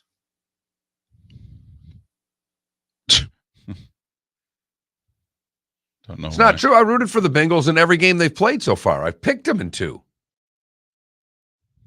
I wanted them to beat the Chiefs. I picked the Chiefs to win the game. I only picked them to beat the Raiders. Oh yeah, we're. Why would shirts be? I'm confused. I'm really confused, Arch. What does Stream Elements have to do with shirts? I'm really confused. I'm surprised it was only 30,000 fans attending the pep rally, to be honest with you. The stadium's downtown.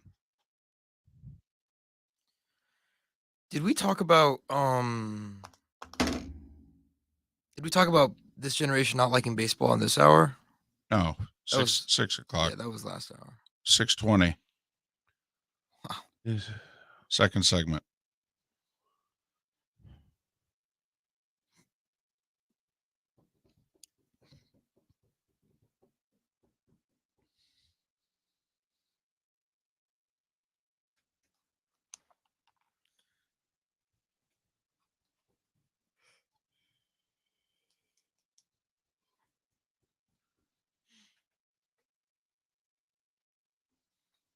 Where do you want to go here? I don't know.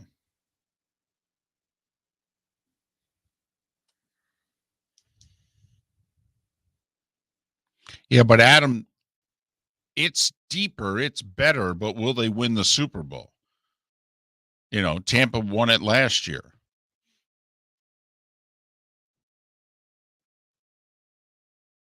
Now, before that, it was Chiefs and Patriots. Then it was Eagles. But then it was AFC. So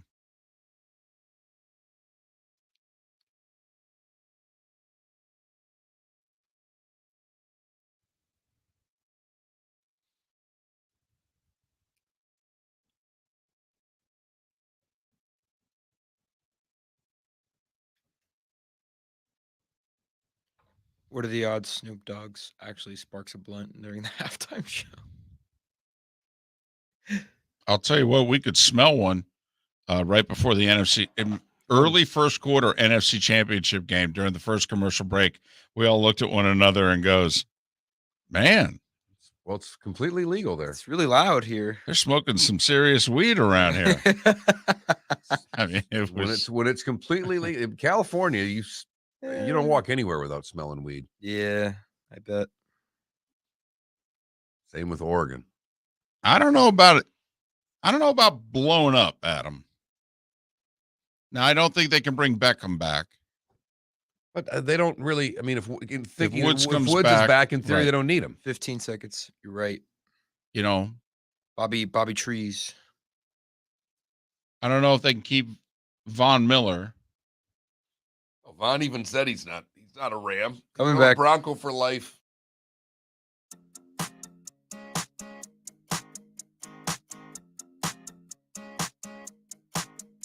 You're listening to Miller and Moulton, exclusively on the Florida Sports Network.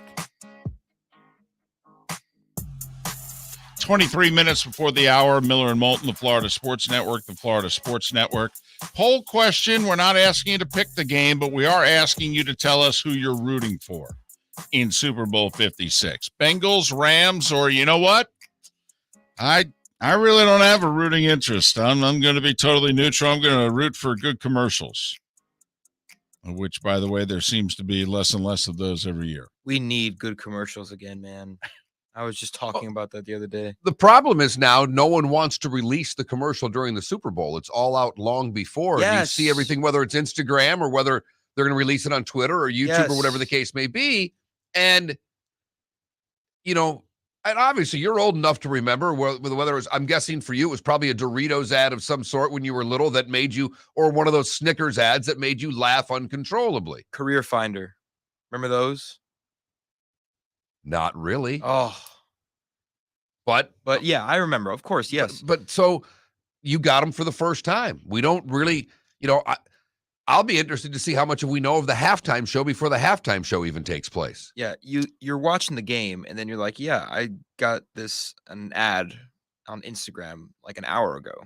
Yeah, most of not the the ads, first time I see this. Yeah, most of the ads I've seen now. You know, hey, this is a really funny ad. Well, someone tweets out, here's the ad you're going to see in the Super Bowl. We can't keep anything hidden. It would be nice if somebody had a little bit of you know, first time during the Super Bowl as opposed to seeing it long before, but that doesn't seem to happen anymore. I hear you. I do. And listen, you spend that much money producing those ads, never mind how much money you have to spend just for the spot. What are we up to? 5.5, $6 million for the 30 seconds? I would still want the first time in the Super Bowl because of the buzz. I'm with you. The reaction on Twitter, just the room the next day, because it used to be a time that when we did a Monday show, we'd spend a segment talking about Super Bowl commercials. And if we had a poll question, oftentimes it was what was the best commercial. Right. And there was 4 to choose from. I will say there was a great commercial last year, the Tide commercial. Remember that? Where every commercial would be a commercial. And they'd be like, nope, it's actually a Tide ad. Look how clean those clothes are. Yeah, but it's not been great in a while. So Bengals, Rams, who you rooting for? So far, lots of early Bengals votes. All right. The Browns fan obviously is yet to vote in our poll question. The Michiganders, all because of Stafford, yet to vote on our poll question. But so far, Bengals winning big very early. I remember one of the bad ads. I remember the one that sticks out in my head of all the ads still to this day, which proves what a great marketing campaign it was. I'm just going to say the first word, David, and you can finish the ad for me. Pork. No? The white meat? The other white meat. There you go. And that's probably 20 years ago. Yep. And we all the next day went, what the hell did pork do buying a damn ad? It was a couple years ago. Well, remember when we were at the Miami Super Bowl? I was mad at you and John because Papa John was right there and you didn't want any part of him.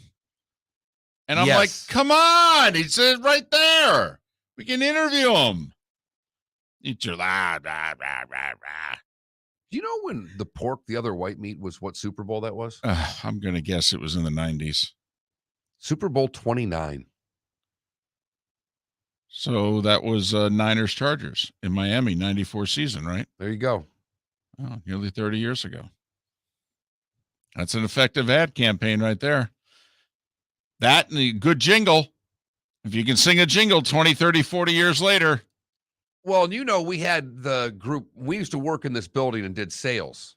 We had that 2-day seminar. You'd bring people in and they'd run that campaign. And it was crazy when they'd start running jingles that were 20 and 30 and 40 years old, Folgers and some of that stuff. And everybody in the room could sing it. So, yeah, a catchy jingle. But who you rooting for? Rams, Bengals, or you know what? No real rooting interest in this one. I don't care. Maybe I'll choose midway through the game or what have you. Like, I don't know about you, but every now and then I'm completely neutral on a game, and a coach or a player will do something, and it'll make me root either for or against the rest of the way. Can anything be done this week that happens prior to the game? No, I'm rooting for Joe Burrow. The man crush is too big. It just is. It's difficult to imagine. Luck-esque? Oh, yeah. Oh, no, this is serious. This is really serious. Because you haven't had this is a true crush since Andrew Luck. Yeah, this is deep. So this bromance may be bigger than Andrew Luck. I mean, I was blushing before the season started because of the whole 2019 LSU thing, which you got to witness firsthand. But, oh, no, this is off the cliffs of Acapulco. This is wow. Yeah. I mean, Mark, there are girls that I know that have never even seen a football game in their life that know exactly who Joe Burrow. Oh, I get that. And I love that, but he doesn't care about any of that. He only cares about what happens between the white lines. Right. Oh, obviously. Right. This is just I never thought I would see Joe Montana on a football field again, and I'm seeing it again. And it's like, oh, this is so great. I can't believe I get 2 of these in a lifetime. Wow. And not only that, he's got Chase. Just like Joe had his receivers, he's got his. This is spectacular. The Niners were nothing before Joe. And the love affair of people will continue. Old people are going to like him now because he had good quote Monday. Focus on getting better. Don't have a workout and post it on Instagram the next day and then go sit on your butt the next day and everyone thinks you're working hard, but you're not. Work in silence. Don't show anyone what you're doing. Let your performance on Friday nights, Saturday nights, and Sunday nights show all the hard work you put in. Don't worry about all that social media stuff. Oh, my God. There are 60-year-old men who are drunk. My mother sent me a text when the playoffs started. I have a grandma crush on Joe. Like, way to go, Mom. All right. Plus, she's partial to quarterbacks named Joe. It goes all the way back to Never Namath. lost a Super Bowl. Right. It goes back to Namath, So she's, a little partial to the year of the Chinese year of the tiger. Right. A starting Joe quarterback. The Auburn Tigers are number 1 in college basketball. How far are we going to go with this? Destiny. I will say we are on a run here. If you want to go back even to the middle of last year, about a lot of droughts that are being ended. How long's the Rams drought? Well, technically it's 99. They won it in St. Louis. I gotcha. But the Bengals obviously are a never. I know. But it hasn't been for nevers. It's been for droughts. Right. Well, but like the NBA Finals, which seems like forever ago, but it was a 50-year drought versus a never. All right. And this is kind of one of those. The Bengals are a never, and the Rams are a 23-year drought, 22-year drought. And a move. Right. And a never in the other town. Right. Well, we know who St. Louis is rooting for. Cincinnati. It's unanimous. And it's not close. Yep. I'll be interested. That would be one to find out when the Super Bowl ratings are out, what they are in St. Louis. I would think that would be one of the poorer major market ratings. Although I'm guessing it'll actually be a little bit better for this game because there will be angst towards one of the two teams. So it will make people really root for the Bengals. They're so bitter in St. Louis that I really believe if the Chargers owner called the city and said, I don't want a thing. I just want to move there. Could you clean up the dome? You know, get a fresh coat of paint, dust it. It's been a few years. Need some new seats maybe that match our uniforms well, would be yeah, nice. Just, pretend you're moving into a new house. That's all. Nothing. You don't have to knock anything down or what have you. I need you to dust it. Maybe a fresh coat of paint. Make sure there's no dust elephants in the corner. It's been 6 years. And I'll bring my team there, and I'll bring a young, good-looking franchise quarterback with it. And I really think St. Louis would go, no, we're good. We've done this a couple times. We're done with you guys. When's opening day? Exactly. We got the Cardinals and the Blues. We're good. The seasons overlap. We're fine. Oh, that'd be perfect, though. The Blues and the Chargers have the same colors, kind of. That's true. No, they're similar. The Rams, and the Blues had the exact same colors. Right. Well, the Rams, it was a little more like gold, like a dark gold. Not when they were there. No. Oh, true. Yeah. Not when they were there. They were the exact same colors. Right. Kurt In fact, they did it on, Yeah. It worked out really well. Yeah. Well, the Arizona Cardinals adopted the Cardinals colors, when they were the St. Louis Cardinals. The St. Louis Cardinals were like the baseball team because they played in the same stadium also, so they had the same colors. But no, I think that city's done. From what I'm told from people who live there and people who used to live there that I know that have moved elsewhere, and they're like, no, totally done with the NFL. They hate the NFL, want nothing to do with it. That's why I don't know how much, even with the angst against the Rams, how much they'll watch. Because I think deep in their head, they go, well, if we watch, we're just giving into the NFL. I mean, they have. Apparently, they've all become Chiefs fans, is what I'm told. Well, it's the only team in the state. I know. That's a tough ask. It makes sense. It's a tough ask. That's really. Well, who else you going to root for? I mean, that's the problem. You got to pick a team. No, right? That's it. Got to pick a team, and it's the other conference, different colors. You don't feel like you're not cheating on anybody. It's something new.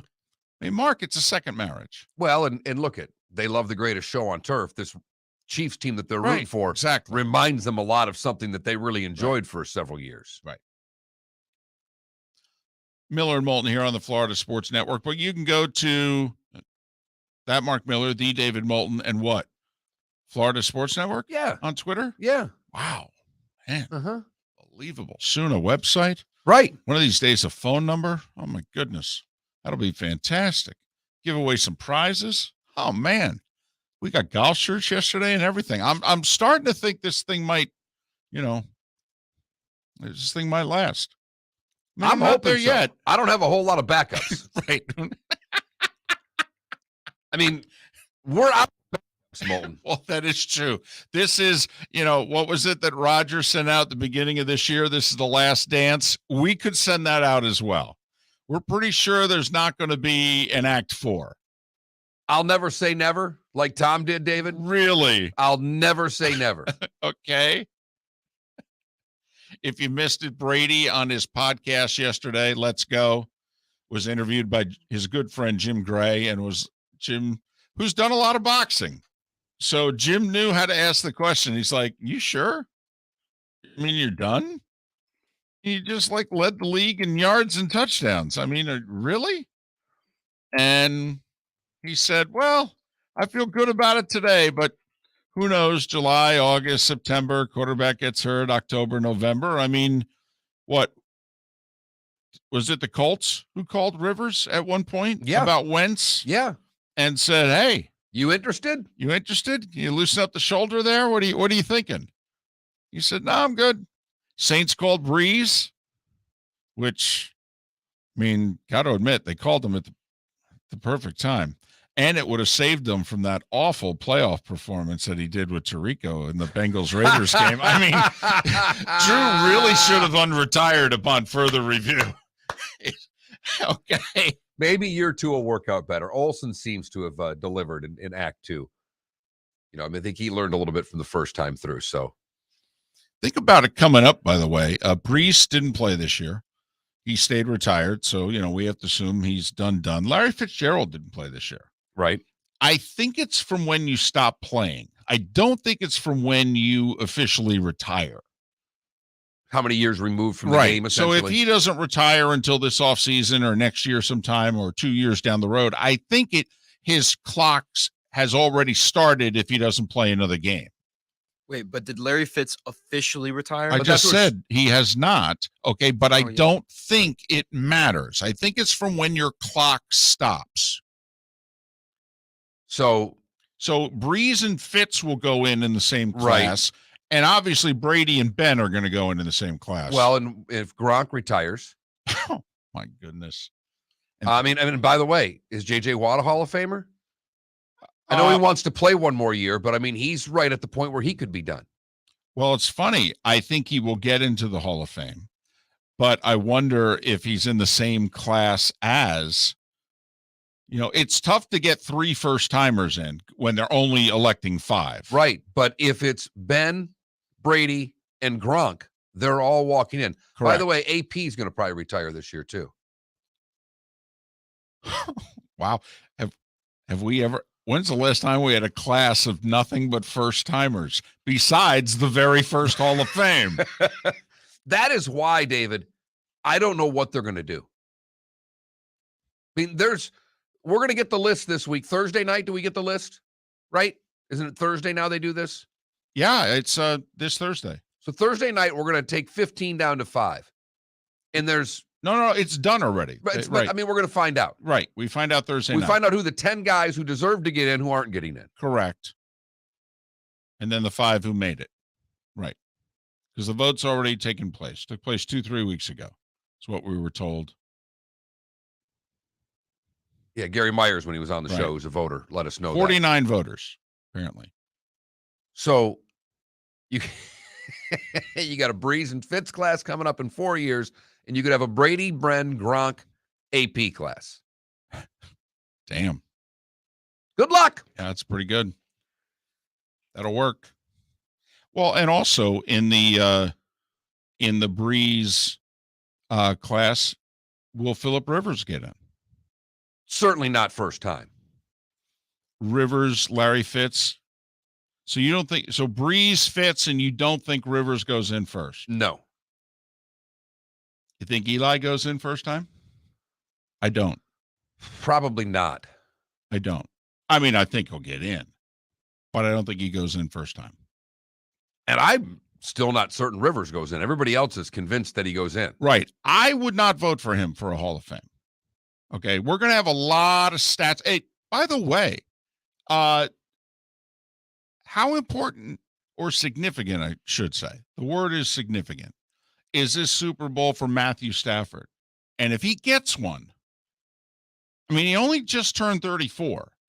I mean, the numbers he's going to put up are going to be top 3 all time in every major category. He wins on Sunday. And if Rivers ever gets in, that means Matthew Stafford walks into the Hall of Fame. Right. It's why I think Rivers' candidacy is key, because if Rivers gets in, you start doing the Stafford, Ryan road as well. Miller and Moulton. Brett Siegel covers the association. He will join us next. Pat Kirwan next hour here on Miller and Moulton, a part of the Florida Sports Network. Firestone Grand Prix of St. Petersburg, presented by RP Funding, roars through the streets of beautiful downtown St. Petersburg, February 25th to the 27th. 3-day tickets are on sale now at gpstpete.com. It's fast, fun, family entertainment jam-packed into 3 days. The weekend is highlighted by the NTT IndyCar Series race taking the green flag on Sunday afternoon. It all happens at the Firestone Grand Prix of St. Petersburg, presented by RP Funding, February 25th to the 27th. Get your tickets at gpstpete.com to secure the best seats. Hey, it's Mark Miller for the Training Grove by Orange Whip Golf, where golfers go to get better. Improve your golf game from home with Orange Whip Golf and Fitness online swing training program, The Training Grove. With a growing swing training video library and a daily program prescribed by golf fitness professionals, The Grove provides a clear path to unlock your most powerful swing, giving you control of your game like never before. Join thousands like me who have finally found a way to achieve results in half the time of traditional game improvement methods with The Grove's revolutionary blend of golf fitness, instruction, and award-winning Orange Whip products. Go to orangewhipgolf.com to get started for a free 14-day risk-free trial and use code Miller10 to get $20 off your first month. That's orangewhipgolf.com to get started for a free 14-day risk-free trial. Remember to use code Miller10. That will get you $20 off your first month. The Training Grove by Orange Whip Golf, where golfers go to get better. Bring your big mouth to John Smith Subs and indulge in their overstuffed subs with the freshest quality ingredients. Enjoy our famous steak bomb with perfectly grilled marinated sirloin steak topped with provolone cheese, grilled onions, peppers, mushrooms, crispy bacon, juicy tomatoes, and creamy mayo. Boom! Made-to-order crispy fries can be paired with the gator, the Cuban, the chicken bomb, or the Italian. Love local. Eat delicious with John Smith Subs. Find a John Smith Subs location near you today. You are listening to Miller and Moulton on the Florida Sports Network.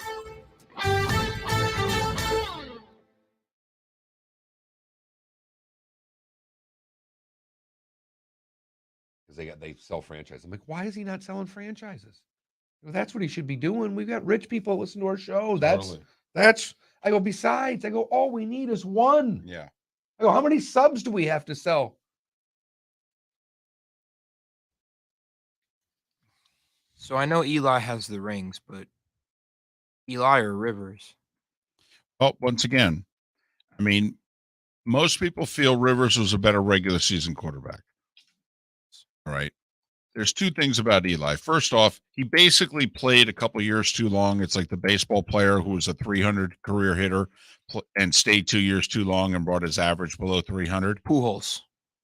If Eli had retired 2 years earlier, what would people's opinion of Eli be? Right, because he finished his career ugly. Well, and because of it, his one-loss record those last 2-3 years with the Giants, he's a 500 quarterback. Yeah. Exactly 500. But playoff Eli is an all-time great, and it's not arguable. Phillip, in terms of regular season, again, finished his career strong. Yeah, he had a good year with the Colts. Yeah. Had a shaky year before that with the Chargers. He still threw for 4,600 yards. Threw a shit ton of interceptions. Yeah, 23 touchdowns, 20 interceptions. I mean, the one time I saw his last year with the Chargers, he threw 3 against the Raiders and should have thrown 6. Man, but the year before, remember how good they were? Yeah. Melvin Gordon. Yeah. They tied the Chiefs for the division title. The Chiefs won the tiebreaker. Yep. They were a really good team. Yeah.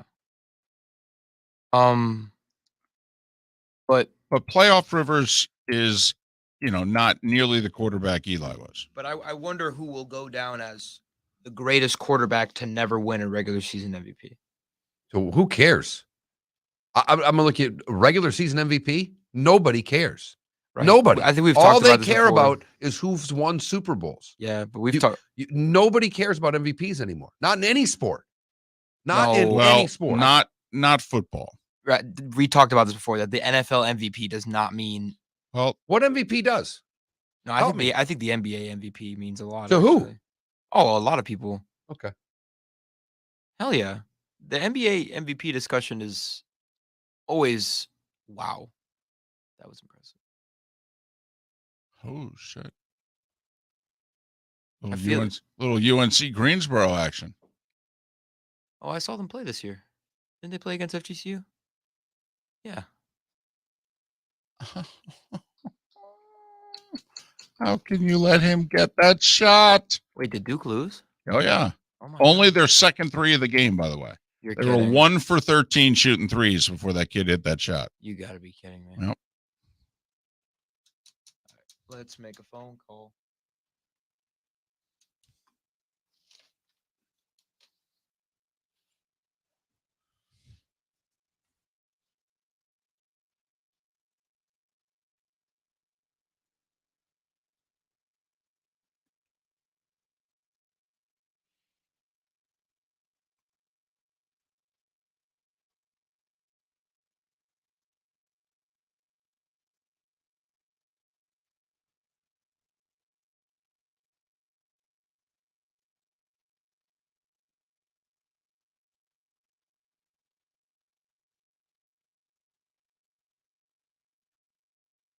$20 seconds.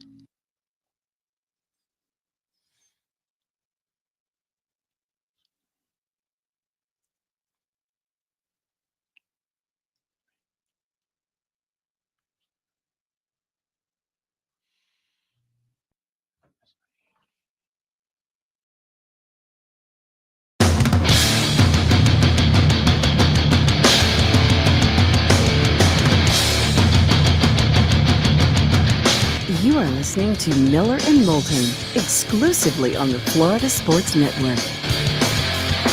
And now, here's Mark Miller and David Moulton. As we begin what is the final hour on the Florida Sports Network in Lake City and surrounding areas, Tampa, St. Pete, and Port Charlotte and Venice. Halfway home in the 239 are we, Miller and Moulton, on the Florida Sports Network, the Florida Sports Network. Pat Kirwan to join us a half an hour from now, live from Super Bowl 56. Brett Siegel joins us live. He's with NBA Analysis Network. You can follow Brett on Twitter at Brett Siegel NBA. That's Brett Siegel, Siegel NBA. Brett, it's David and Mark. Good morning. Thanks for your time. How are you? Hey, guys. How you doing? Nice to talk to you this morning. All right. Is this going to be an active deadline between now and Thursday afternoon, or is this going to be a whole lot about nothing? I truly believe it's going to be a pretty active deadline. There's a lot of pretty big names that are being tossed around right now, from Domantas Sabonis with the Pacers to C.J. McCollum with the Portland Trailblazers. Then, of course, you have a team like the Los Angeles Lakers who entered the year as a title favorite, and they're really struggling near the bottom of the standings. All eyes are on them to see what they're going to do in the Western Conference to try to better their championship chances. So, yeah, I think it's going to be a very active deadline. Will we see a lot of all-stars on the move, though? I'm not too sure about that, but I think we're going to see a lot of really good, solid role players and potentially players that could help a team make the playoffs or move on deep to the Western Conference Finals or Eastern Conference Finals on the move. All right, well, let's start with a team close to us, the Miami Heat. What, if anything, do they need to try to pull off to improve a team that's pretty damn good already, Brett? Yeah, the Miami Heat are a really good team, and I said it last week. I think that they're my team to beat right now in the Eastern Conference, because up and down their roster, they don't really have many flaws. They have their three all-stars in Jimmy Butler, Kyle Lowry, and Bam Adebayo. So not only are they a great offensive team right there, but those are three of the best two-way players in the league. So you automatically, if they're a top 5, top 10 defensive team. And then the biggest thing about them that I love is that they have so many guys who were undrafted free agents that have just earned their spot in the league. So you look at Duncan Robinson, who turned himself into one of the best three-point shooters in the league. Max Strus is having a career year. Caleb Martin has been like a Swiss Army knife type player for them off the bench. Gabe Vincent has been terrific as a secondary ball handler behind Kyle Lowry. And you can just go on and on about the depth that they have. Do they really need anything at the trade deadline? I don't think so. And I've been told that they're not really going to be making any big moves. There was some talk about Duncan Robinson possibly being tossed around in trade talks. That's not happening. We aren't interested in moving him whatsoever. They have shown interest in a player like Christian Wood from the Rockets, but he just cost them way too much money. They're right at the tax line. They're not going to want to jump over that tax line. And best of all, they have former All-Star Victor Oladipo getting ready to come back from injury. So the Heat have everything that they need. As long as they stay healthy, this is a team that really could make the NBA Finals for the second time in the last 3 seasons. Is Cleveland this year's Phoenix, where, you know, the Suns, a bunch of losing seasons, came out of nowhere last year and 2 games away from winning it all? Or is Cleveland just too young? They're missing a Chris Paul type player to make them that viable a threat. Yeah, I don't think they're necessarily Phoenix. I think a great comparison for them is the Atlanta Hawks, where everybody kind of slept on the Hawks last year, and they really turned things on defensively in the playoffs, and they were able to reach the Eastern Conference Finals. I think that's more of a good comparison for them because what Cleveland does is all predicated on defense. They're a top 5 defensive team in the league right now. I think they're giving up the least amount of points to their opponents on the season, and they just feel like that little team that could. I mean, Darius Garland's a first-time All-Star this year. He's been fantastic. Jarrett Allen should have been an All-Star reserve. He got snubbed from the All-Star game, and he quickly turned himself into one of the best centers in the league.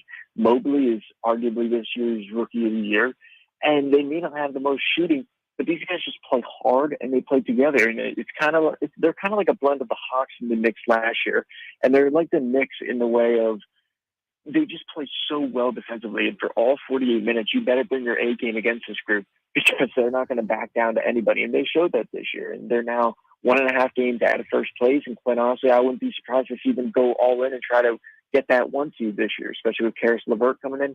That was the final piece of their puzzle. They just need another elite level scorer with Colin Sexton out for the season with that meniscus injury. And they got that with LeVert. So we're looking at a really good young team that's only going to get better as the years go on. And probably the beginning of the teardown for the Pacers. He's Brett Siegel, NBA Analysis Network, NBA Analysis Network. You can follow Brett on Twitter at Brett Siegel NBA.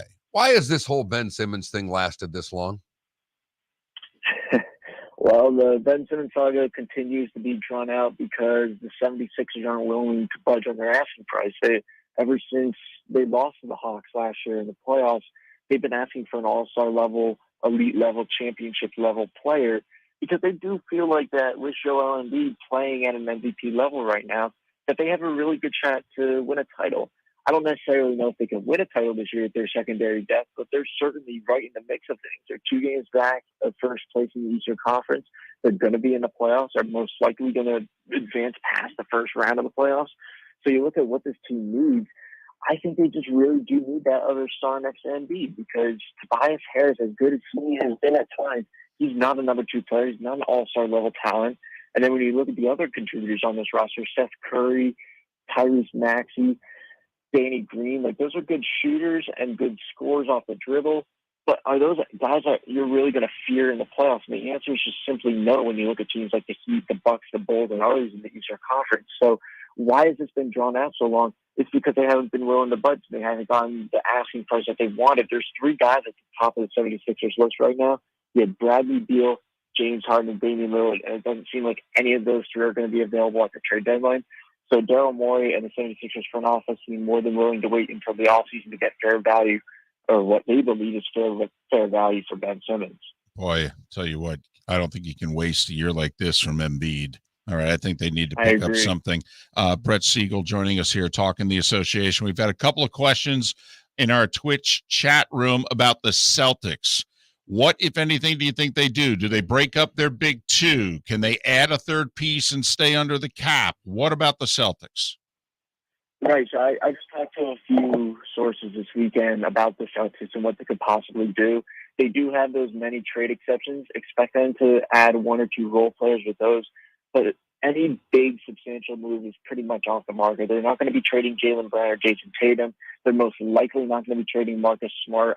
I'm pretty confident to say that there's a 90 to 95% chance he stays on their roster, barring something drastic and they get a really good deal for him. But we're looking at more of guys like Josh Richardson and Dennis Schroeder that will be on the move for the Celtics to possibly upgrade their bench talent because they're 28th right now in the league in bench scoring. And that's been their Achilles heel the past few years. They really need another score next to Tatum and Jaylen Brown because the guys that they have right now just haven't gotten the job done. And with their trade exceptions, they have one from the sign and trade with Evan Fournier to the Knicks this past offseason. That's a $17 million trade exception.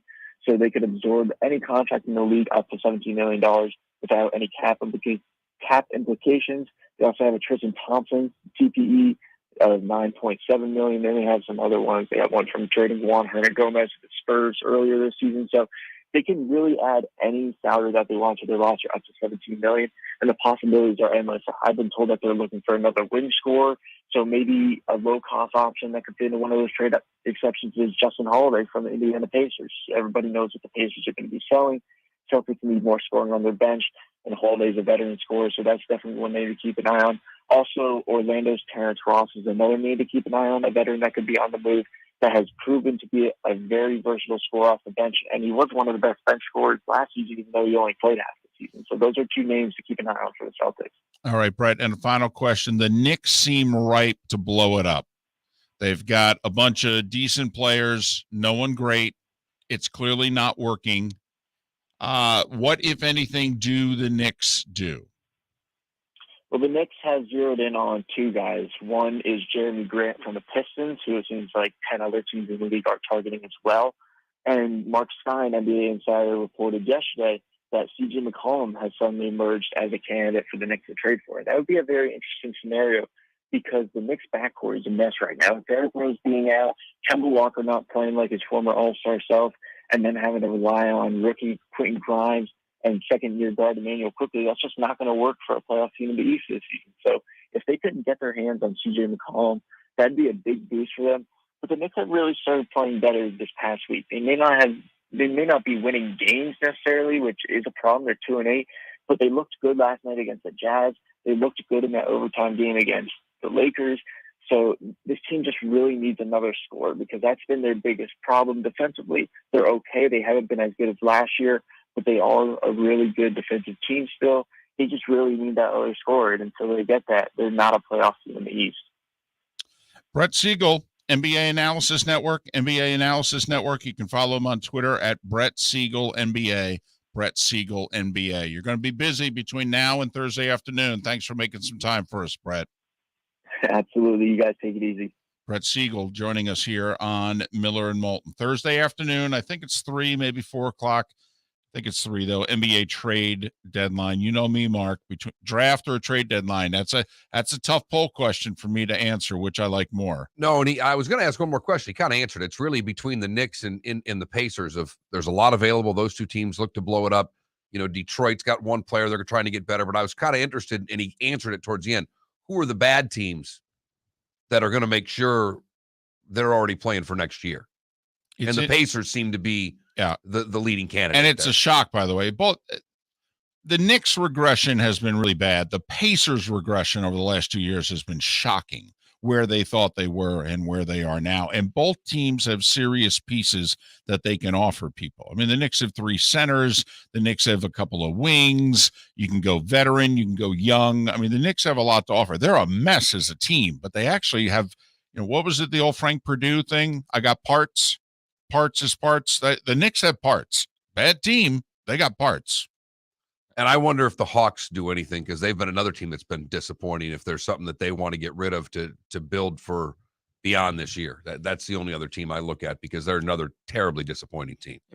They may have a similar fate as last year. They started off terrible last year and they ended up finishing very strong. So. Well, is there a move to make to do that? That's the question because obviously from a chemistry standpoint, they're not where they were a year ago and they expected a lot bigger things out of this team. And it's not happening. They probably have to make a decision on John Collins, whether they're keeping or they're letting him go, because financially it's kind of right there. McCollum's 30, by the way, for the Knicks fans out there. I mean, he's not a 27-year-old to build around. CJ McCollum's 30. And do you really think that whatever it is you're going to do is happening in the next 2 years?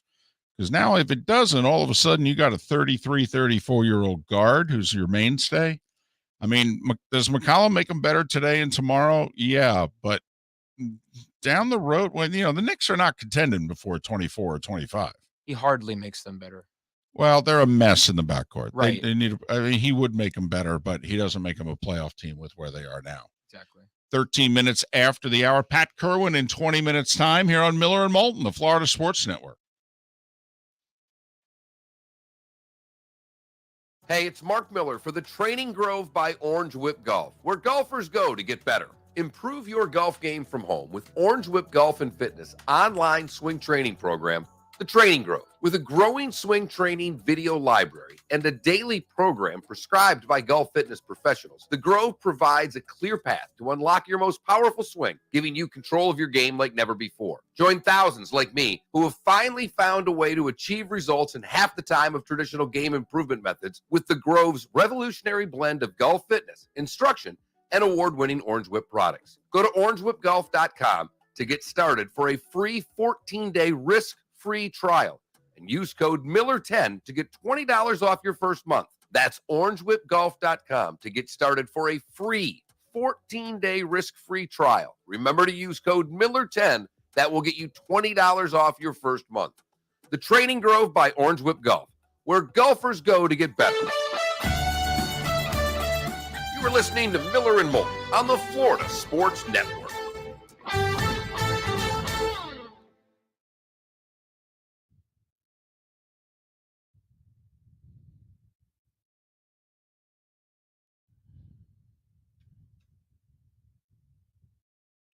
Like, I think when the Hawks traded Reddish to the Knicks and they got Knox and his salary, which is he's done at the end of the year, and the first-round pick, I think that they were, A, getting rid of a numbers problem, but also, B, giving themselves things that they could package into a trade. You know, they got a first-round pick out of the deal. It's protected. It probably won't be till the early 20s, but still. Right, and they, you know, they weren't even using Reddish that much. No, not at all. At all. And he Right. was a first-round pick. Mm-hmm. High first-round pick. I think he was the 9th, 10th pick or something like that. I was going to ask, shit, I forgot what I was going to ask.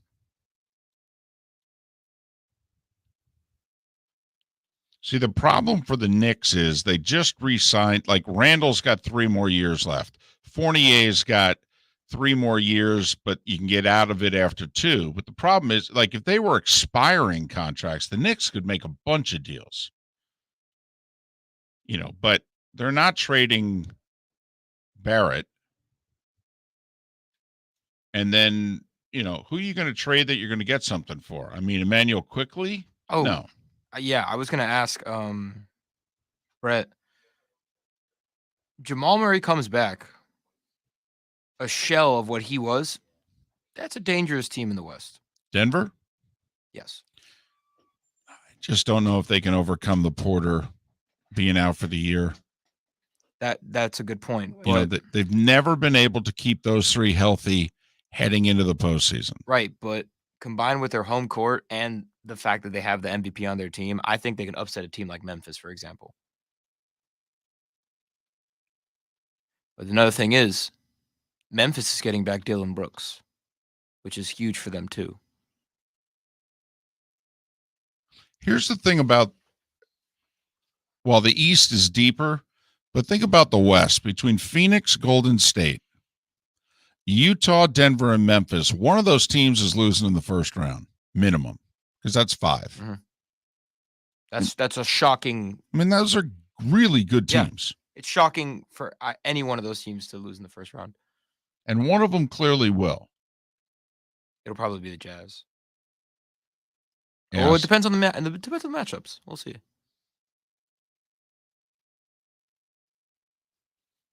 Because didn't the Jazz and the Grizzlies faced off in the first round last year?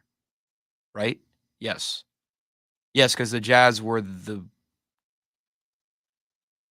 2 seed. No, the Jazz were the 1 seed last year. The Jazz were the 1 seed in the West. Right. Yes, and then the Grizzlies got the last play-in spot. And one game won, and then I think the Jazz swept them, right? Yes. That series didn't go to 6, did it? No, I think the Jazz, I said Memphis won game 1, and then I think the Jazz swept them. I think you're right.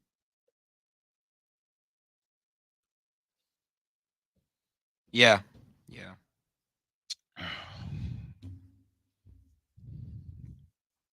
But that'd be a good rematch. What NBA team is the most irrelevant? Probably the New Orleans Pelicans. I mean, first off, their name is terrible. Play at the Smoothie King Arena.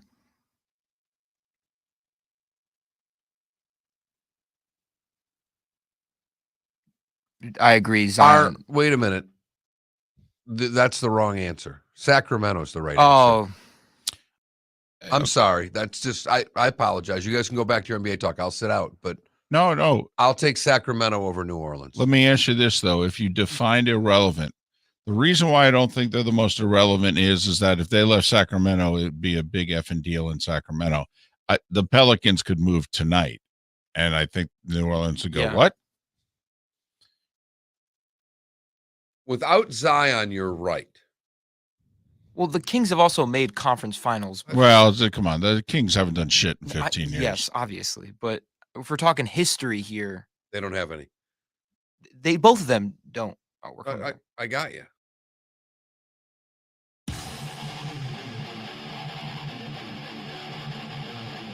You're listening to Miller and Moulton, exclusively on the Florida Sports Network. 20 minutes past the hour. Miller and Moulton, the Florida Sports Network, Pat Kirwan in 15 minutes time. We have not brought this up yet on the show. Poll question, by the way, is about where Pat Kirwan is, Super Bowl 56. And we're just asking who you're rooting for. We're not asking for a pick. We're just asking who you're rooting for. Rams, Bengals, or, I have no rooting interest. You didn't even include that, did you? I missed that. That's on me. I apologize. Well, I could fine. take it down, put it back up again. No, that's fine. My guess is if you don't have rooting interest, you probably won't vote in the poll. That's where the mistake lies, because the voting's a little light. Okay. I don't know if you saw this, and you know what a big social media person I am. Right. I mean, I'm on it all You're the time. all over it. Right. Twitter. If it's not on Twitter, you have no idea that it exists. I handle our, Twitter, our Facebook. I'm big. I'm the social media guy on the show. You trying to haunt me off right now? So apparently, because I wouldn't know this because I don't follow them and I don't care about this stuff, but a lot of people do. Apparently, Kyler Murray has eliminated everything having to do with the Arizona Cardinals on his social media, which you have to acknowledge in the last 2-3 years is how you find out that athletes are unhappy about things. That's how you find out that couples have broken up. All of a sudden, there's no sign of him anymore on all of her accounts. Quick sidebar. Felipe, you're young enough. Have you ever broken up with a girl via text and or social media? It's a yes or no question. Yeah. Thank you. Wow! My freshman year of high school was a mistake. That was a mistake. I shouldn't have done that. But of course not. Of course not. But you did it. Okay. And I regret my decision. That's it was all right. horrible. There you go. Terrible. All right. So go on with what you're. Thank you for your honesty, but yes, thank you very much for that. Okay. So back to Kyler Murray, who may or may not be breaking up with the Arizona Cardinals. I don't know. All I know is, all right, if the Arizona Cardinals were his wife/girlfriend, there is no sign of her anywhere in his life. I mean, it's only 3 years, Mark. Baseball? Okay. The Oakland A's would love that. Back to baseball. 9th Kyler overall Murray. pick of the Baseball draft. would love that. Yeah, Don't yes, kid they yourself. would. That would be great for baseball. So just one of those things in which, and it was after the Pro Bowl too, in which apparently Kyler Murray and Mike Evans of the Bucks were, not only didn't he throw him a touchdown pass, I didn't watch the game, I don't know, and I think Evans caught a pass. He did. Yeah, touchdown Caught pass. a couple, I thought. He mossed And- someone. Yes. and I thought Then one he of caught them one more. was from Kyler, and so, and also you got to remember they both did the Texas A&M thing for a short time. And so they've got that connection. Kyler eventually transferred, went to Oklahoma, but he originally signed with Sumlin and Texas A&M, and that's where Mike Evans played his college ball. And so they apparently have a relationship. They're on good terms, and a lot of tweeting back and forth, this, that, and the other thing. And then all of a sudden, breaking news, the Arizona Cardinals have been scrapped from everything having to do with Kyler Murray and social media, Mark. I learned from paying attention to the Kardashians. This is how it starts. Well, apparently, we learned from young Felipe breaking up on social media is a trend, and that is what Kyler Murray has done. He's breaking up right now, or at least is apparently so, or at least having a tiff with the Arizona Cardinals. He's fighting. I don't know. I don't follow these things. I'm 56 years old. I don't fight with my wife anymore. We just ignore each other. That's how you do it when you get older. You don't fight. You're just indifferent. Boy, that's something. And when the indifferences last for more than a day or two. Right. Don't go to bed angry. We don't care. I digress. My wife doesn't listen anymore. Once again, don't pay attention. So exactly. Back to Kyler Murray. Felipe, yes or no? If you're the Arizona Cardinals, concerned, yes or no? I'm a little concerned, yeah. Okay. Don't you love how he can't do the one word answer, yes or no? Can't do it yet. He can't do it. Feel like yes, I'm concerned. There you go. Why'd you do that, Kyler? Why'd you unfollow us? See, that's all. If you're Steve Keim, don't you pick up the phone, call somebody, call an agent? What's going on here? All right. Did a social media person, was he changing his stuff and midway through he got a phone call? And he doesn't realize that he needs to put the stuff back on. His feelings just hurt and we have to bring him in for a hug. Exactly. Right. Is he upset? Is he throwing a little temper tantrum? And is he literally, like those commercials, taking his ball and throwing it around the locker room, breaking things? Is he upset that people got on him because of the playoff game? He didn't play very well. He's insecure about his height. Well, that's not a new phenomenon, But that's all. I just want to throw it out there. Come on, Mark. This is the NFL. All right. They are now the new NBA in terms of quarterback prima donnas, off-season demanding of trades, etc. It's really crazy. I mean, it used to be the diva wide receiver that did this, and it has very quickly turned into the diva quarterback. Yes. Think we're going to find out here shortly. Aaron Rodgers is all but said by February 22nd. That's 2 weeks today. Well, and Russ is still out there. And, right now, Ryan Clark basically said he doesn't think he's an elite quarterback that can win you a Super Bowl, and he's just getting taken to the woodshed for it. Well, Richard Sherman did an interview yesterday and said, hey, all I know is ever since they stopped playing the way that they did when I was there, they haven't won anything. This whole letting Russ cook. He said, how many games have they won since they've let Russ cook? Makes a dadgum good point, but now, of course, you could say that the team's not nearly as good.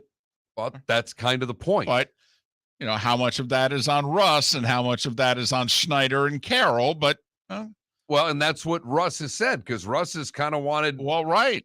Russ has said, I don't think we're picking the right players, essentially. Right. So I can't stop thinking about Kyler going back to baseball. He would save baseball. Oh, well, stop it. Come on. Do you know how many NFL fans would watch Kyler Murray play Oakland A baseball? 6. I was going to say 17. So we'll split the difference. The over-under's 11. Right. Please. Come on. Remember who he's playing for. He's playing for the Oakland A's. Right.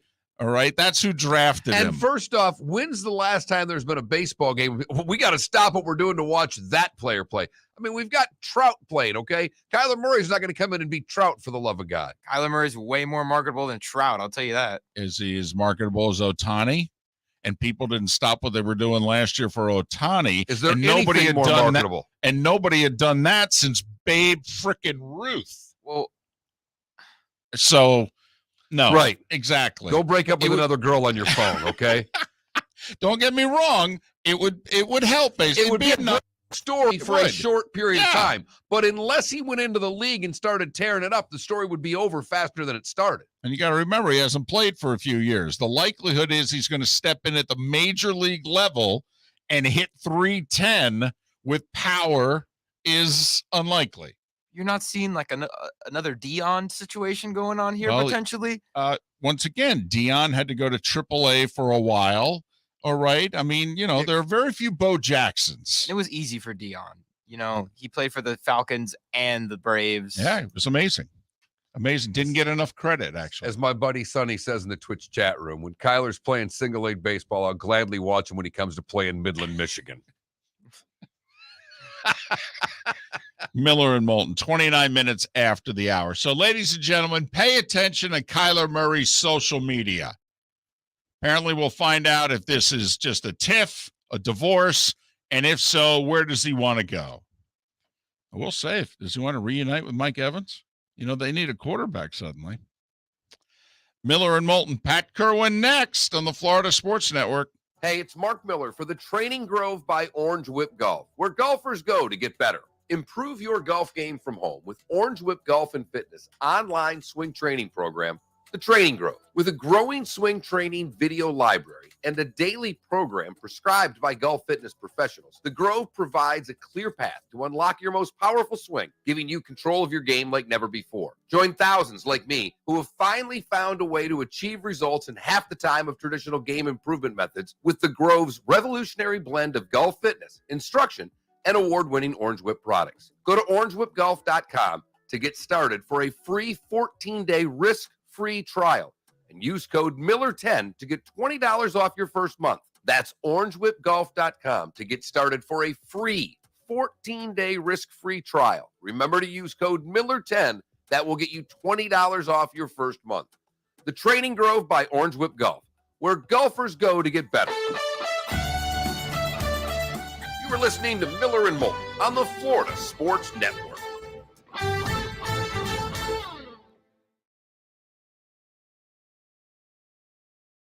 So I'm seeing a lot of Kyler Murray disrespect here. Yep. Hold on one second. I actually have something important to do. Go. Sonny, you didn't answer my text. Does the rest of the money go for the final? Because if you're just paying $100 a quarter, that means you got like $3,700 left. So before I send you 40, I just need to know where the rest of the money goes. Thank you. Go on. Are people forgetting that he was a first-round draft pick in the? Do you realize how many first-round draft picks go directly to Major League Baseball? No, not many. Hardly any at all. Hardly any. In fact, zero for the most part. Hey, but you still have to give him record. He was the No. He would have to go to ninth the overall pick. Right, he would go to the minors. He would not go directly to major leagues. I know how baseball works. I understand that, but you just made the point he would save baseball. No, he wouldn't. I'm saying that he would put more eyes on the game of baseball. That's a very different statement than say just made Philly. You just made a statement, okay? I'm just slow down here. Just listen to me. Don't argue with me. Just listen for a second. I'm listening to you. You just made a statement that he's going to save baseball. Do you realize what that's a Skip Bayless try to get clicks? It's not an actual real statement. I understand that. So breathe in through the nose, out through the mouth, think before the stuff comes flying out. What you just said, he would get a lot more eyes on baseball. That is an incredibly factual statement. I'd say that's an act of saving baseball, though. No, we've been talking about recently is how no one watches baseball. This is what you, Philly. Okay, McGuire and Sosa's home run race saved baseball. I mean, something that, Kyler Murray comes up 4 times a game. He plays for the Oakland A's, which means over half the country, where 65 to 70% of the population lives, will never turn on a game. West Coast games, yes. Right. So would he have to play for the A's? Like, do they still have, I guess, his rights? They own his rights. They own his rights, yeah. Okay. Now, they're in a rebuild. They might trade his rights. I guess. But the other thing is, it's unlikely he walks in and plays in the majors. I mean, which is what Mark was talking about. Yes. But I don't know. There's people saying that he wouldn't even put up Tebow numbers. But I was just mentioning the fact that he was the 9th overall pick. And I get it. First rounders don't always make it to Major League Baseball. Maller's in. But still. Ben. I don't want to say his name wrong again. In. Yeah, Joe West retired. Mahler. Thank God. Mahler, yeah. Got it. Great. So we got a 6:30. We got a 7:30. Yeah, we're cooking tomorrow. Yeah. And we now know what we can promote. Cooking with Russ. We are. Joe West retired. Baseball saved. We're letting Miller and Moulton cook.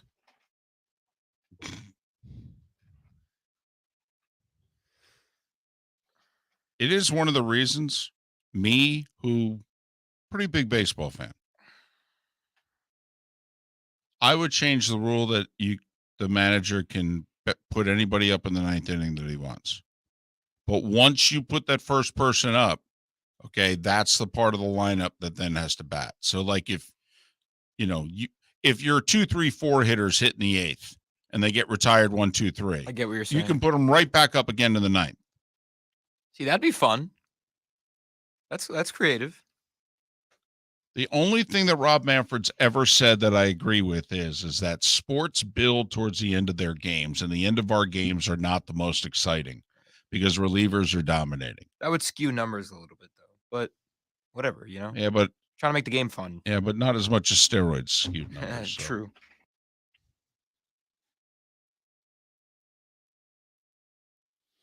Right. RCB. Kyler's a first-round pick. They picked up his fifth-year option, so he's got 2 years left.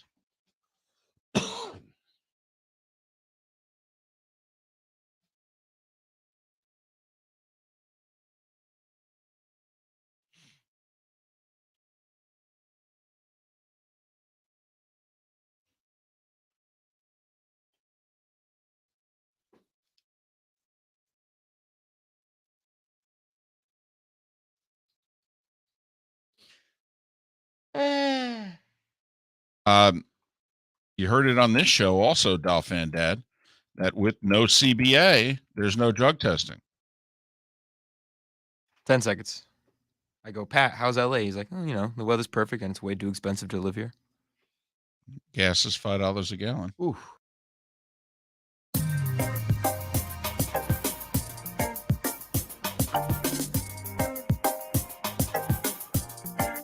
Welcome back to Miller and Moulton, only on the Florida Sports Network.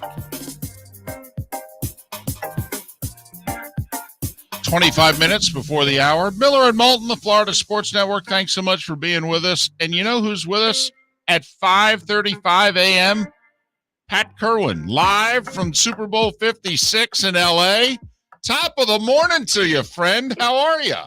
I'm doing well, and it's the time I usually get up. So glad to be here, and it's switching gears time. This is like the fun time for me. A week at the Senior Bowl, you only think about the draft. You only think about college kids. You get on a plane, and 3 hours later, you have to try to forget all that to get ready for the Super Bowl. And I was doing interviews all day yesterday. Had a lot of good interviews. So, yep, I enjoy this quite a bit, and we've had a bunch of fun with the guys. Let's see. I've talked to McVay, Cooper Kupp, Andrew Whitworth, Matt Stafford, Joe Mixon, Tyler Boyd, Jesse Bates, Lou Anarumo. So it was a pretty busy first day. All right, well, let's start with Stafford, the quarterback. Just how much pressure does he feel? I put it up to him. I knew you'd ask me, Mark. He doesn't feel it. He feels like he always felt, like he's relaxed. He knows he's talented. He thinks people stop asking him. Of course, they still are asking him about, weren't you brought there just to win the Super Bowl? And I don't think he sees himself that way. It's interesting. I think he knows how to deal with pressure, and he convinced me that he is not hung up on all that. So I hope he does well, because if he doesn't, I think we all know what the first question is going to be. McVay. There's a lot of places to go with him. Obviously, 3 years ago, they lost the Super Bowl. He comes out afterwards and says, you know what? I was really outcoached today. So the obvious question is, did he say even one thing specifically, Pat, he will do differently this time around? Yeah, he is mixed in personnel groups. Last time he did it, he was like 95 or even higher than that percent, 11 personnel, 3 wides in the game. And he felt like, in retrospect, he made it too easy for Belichick. I think when you have to deal with just one personnel group, you have 1,000 calls. And now you're down to just trying to fool him with formations, which he wasn't able to do. So he's added. Now we'll see if his tight end's able to go, but he'd like to get in 12 personnel, 25% of the time. But with Higbee potentially not going to play here, I don't know how that's going to work out for him. So that's the first thing. The second thing is, I think his commitment to the run game is better. He's not a run coach, but he's got Akers, and he was kind of bragging on Akers, and Akers has got a bunch of touches. I think he's got 60 touches in the postseason. So he's kind of proving, although he's not running very well at under 3 yards to carry. But so there's the two things I think are important to him, that he's going to run more, and he's got a little bit more personnel groupings to make some variety. What impresses you most about Cooper Kupp, Pat? Because there's a lot to be impressed about. He runs great routes. He blocks. He does a little bit of everything. What is it that he does that impresses you the most? When you sit and talk to him, that's a great question.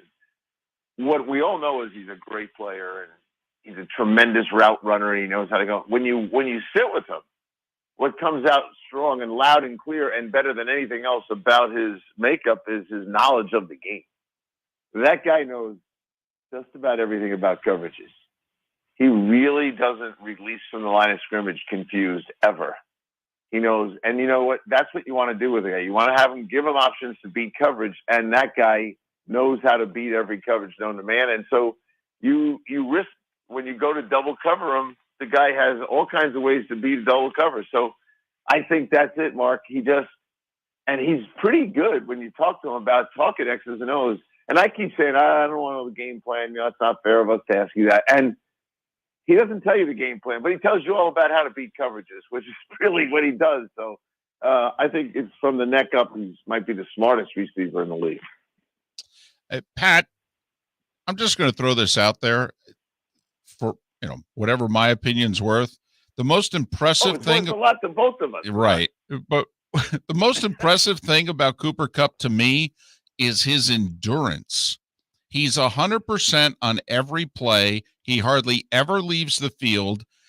It's been a long time since I've seen a premier wide receiver that is asked to block as often as he is and as many big people as he's asked to block. And, it's like what Parcells said 35 years ago about Jerry Rice. The most impressive thing was he never stops running at full speed. And he literally wears you out. That's Cooper Kupp is the Energizer Bunny of wide receivers. I totally agree with that. And he's got a lot of pride in his physical makeup and how he prepares. I don't think the guy really takes a day off. He's kind of disciplined that way. But yeah, there is no fall off in his speed when he's running routes. There was a kid at the Senior Bowl that reminded me so much of him just for that reason. That Christian Watson kid from North Dakota State. He's the same kind of guy. Really good route runner, 100%, full speed all the time. And, of course, he idolizes Cooper Kupp. So I think some guys are finally smartening up that you got to be in unbelievable shape. When we used to track how much guys run in games, the wide receivers were putting everyone else to shame. And so they, in a game, could typically run 4 miles of full-blown sprints. And you're right about that. So you put that, the motor, along with the brain and you see, and hands. He doesn't drop passes, so he's a complete player. Fun to talk to, and I got into one dimension with him that he was willing to talk about. They got this whole thing where they block him and then they release him. So, and you'll see it in the Super Bowl. He said to me, "We've had it for a while, but." McVay's biggest thing is marrying the run to the pass, making sure everything looks the exact same when the ball snaps. And to do that, he asks Kupp to block a lot at the line of scrimmage, whether it's a slot nickel or even step down on an end or a linebacker that walks out. So they can manipulate where he lines up to get him on guys. But he's got this whole deal, and they're better than anyone. And Sean acknowledged that they love doing it. It's like a 2-block count and then a release. And a lot of times he runs a shallow cross after the linebackers have been vacated. And it's almost unstoppable because sometimes it's a 4-count block and he's not going out. So they really put together, and he sells the block. Some of these guys, if you tell them 2-count block, they really don't block. They just stand there and then they go up. And the defense always, it's the same when a guy runs a bad screen, but they're so good at that stuff that I think is really, really tough. If you're playing zone against them and he's doing that, you're dropping and ignoring him because he's blocking. And then he comes right into the vacated spots. They're the best team at doing that. All right, Pat, it's interesting because as I'm listening to you give that answer about Kupp and what McVay does offensively, I started thinking how much of these type of formations, how many of these type of plays are the Bengals going to have to run? Because when you've got Floyd and Miller and Donald, I don't know how Joe Burrow is going to be upright most of this game without trying to scheme ways to protect him a little more. How important will that be for the Bengals to stop a really good defensive front for the Rams? Well, I don't think they will stop him. I think in the 9-sack game, in the second postseason game. Oh, well, what came out of that? What came out of it was that the quarterback can weather that, which is kind of unbelievable. Go look up the last time someone won with 9 sacks. And so you got to go far back. Someone told me the date once. It was a long, long time ago. So So he's going to get sacked. But what happens to that guy is it doesn't flip him out. He doesn't yell. Tyler Boyd made that very clear to me. Look, we all feel bad when it happens. The linemen feel terrible, but he's going to hold the ball. He likes to throw the ball down the field. So I hate to say this, but I think he expects to be sacked. He's not going to throw interceptions. He wants to go out there and just hang to the guy he wants to throw to. He's got 3 dangerous receivers. So I would say he's going to get sacked in the game 4 or 5 times. Pat Kirwan, NFL Radio. The show is moving the chains weekday afternoons along with his co-host Jim Miller. He's also part of CBS's NFL Today show. Pat joins us twice a week during the season, courtesy of Pinchers. From Tampa to Key West and a dozen locations in between. Pinchers, because you can't fake fresh. All right. Bengals started with Russian 4 against the Chiefs and then settled into Russian 3. And Russian 3 worked a lot better. Do you think they start off with Kupp and Beckham and what have you the same way? Maybe dropping guys into coverage and saying to Stafford, hey, you'd like to throw the ball to the other team. We're going to give you a chance to. Well, Stafford does not offer really a run threat. So with that being said, they will have, first off, as Stafford said, they got everything. The one thing you can say about the Cincinnati defense, they play every front, they play every coverage, they blitz. They're like number 5 in the league in pressure. He's very aware of that. But you can play man under 2 deep. You can turn your back on Matthew Stafford and cover guys and dare him to beat you running the ball, which he's not going to do. So I think there's a little bit of them that say, you know what, if you want to try to beat us with Akers and running the ball, which is what you should probably do when you see man under 2 deep, they're going to say, go ahead and do it. And this game, David, really reminds me, and I got criticized for this, but I could care less. This reminds me a lot of when New England had to play the greatest show on turf. No one knew if Brady could do it. In fact, Brady didn't play very well in the game, but no one was giving them a chance. We all remember that game.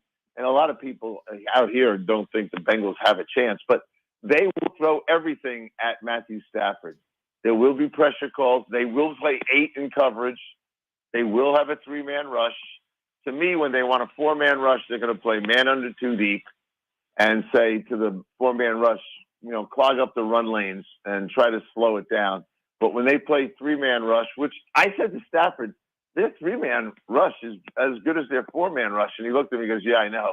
And so I think he's ready to see it all. And he's a veteran quarterback. Boy, I will say this, the reminder to me first and to everyone else second, Stafford, and we all know critically why, he's the king of the comeback. I mean, he has more fourth-quarter comebacks because Detroit stunk. But this game's going to come down to one of these two guys having to play 2-minute football for, I would say, half of the fourth quarter, and he's real good at it, but he's expecting everything, and I am too. Is there a coaching advantage for either team in this game, Pat? Yeah, I think Sean has been there before. He was interested in talking about how the preparation will be different and the things he doesn't have to worry about, the little things that bothered him before.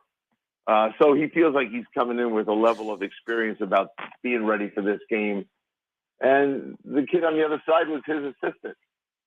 And he knows all the things that guy ever said in a meeting about wanting to do. So I think he feels like, and I think his players feel that way as well, that they got, hey, our coach knows how to do this. He's been here, and he knows that guy across the field. I think he feels like he has one. And they have a better team. They just have more, what I'd call defy the X and O type players. And they feel like they should do it. Whitworth was big into that. And I asked Andrew why he didn't retire after the last Super Bowl. And he said, really, losing it and looking at who was around me. And at the time, it wasn't Stafford. He goes, with each guy we signed, I got more confident we were going back. So I do think they've got a couple of reasons. They got 9 guys on the team, I think, that have been in a Super Bowl. And on the other side, there's one kid who's been in a Super Bowl. All right, put your GM hat on. Is this a best case scenario for GMs in the league? Because you've got the one team that young franchise quarterback, bunch of young guys, but made 5 veteran free agent signings this offseason, and they went 5 for 5 on them. And then the other team, who, of course, we know has been all in for 4 years, trading away picks. I mean, they're the old Washington Redskins under George Allen. They don't give a damn about tomorrow more than an hour down the road. I mean, is this a great scenario if you're a GM of the other 30 teams, or is this a nightmare for you no matter who wins? Well, I think let's use you and me as examples. You, knowing your GM appetite, would gravitate right to the Rams. You think? Envision if you ran a team, and if you ran a team, you'd be pulling the Ram move. And if I ran a team again, I'd try to do it the Bengal way. So here we are. We're at the big game. I'm pretty sure I'm going to be around next year. I'm pretty sure you're not. Well, I'm going to be around next year. I don't know about 2024, but I'm going to be around next year. They got 19 guys up for free agency. Oh, for goodness sakes. The owner has more money than anybody. I'll move money around. I'll hand out signing bonuses. I'll be around next year, Pat. Then how come that hasn't worked for Jerry Jones, who has because Jerry Jones is a bad general manager, and you know that, Pat. I know, He's investing in the wrong players. That's why it's not working. Spend a bunch of money on a running back and see how that works. June 1st, we'll go over how many guys you couldn't retain. And here's the other thing. Did you hear Von Miller yesterday or this morning? Yes. Okay, what did he tell you? I'm a rental, and I know that. And I'm just working here. I'm a Bronco for life. I'm just working in L.A. You know what, though? Yeah. Get that ring. Work seems a lot easier every morning to come in, Pat. And let me tell you, 3 pressures and a sack on Sunday, and I'll give you an extra pick just for the hell of it. Well, you know what I love about today? Today's a very unique day and maybe a very special day in all my years with you. It's the first time Mark flat out totally agreed with you.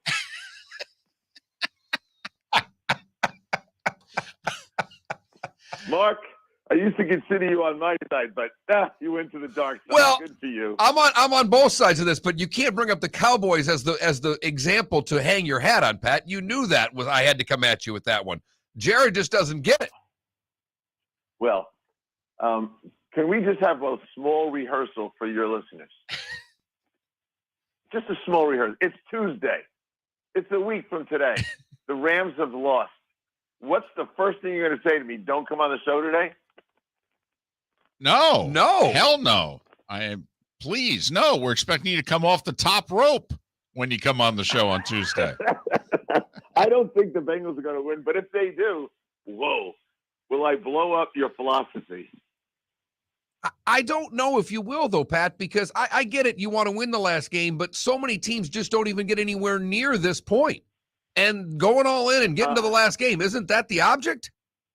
Well, one of your first questions of me today was, does Stafford feel the pressure? What are you going to say about Stafford if he loses the game and throws 3 picks? They felt the pressure.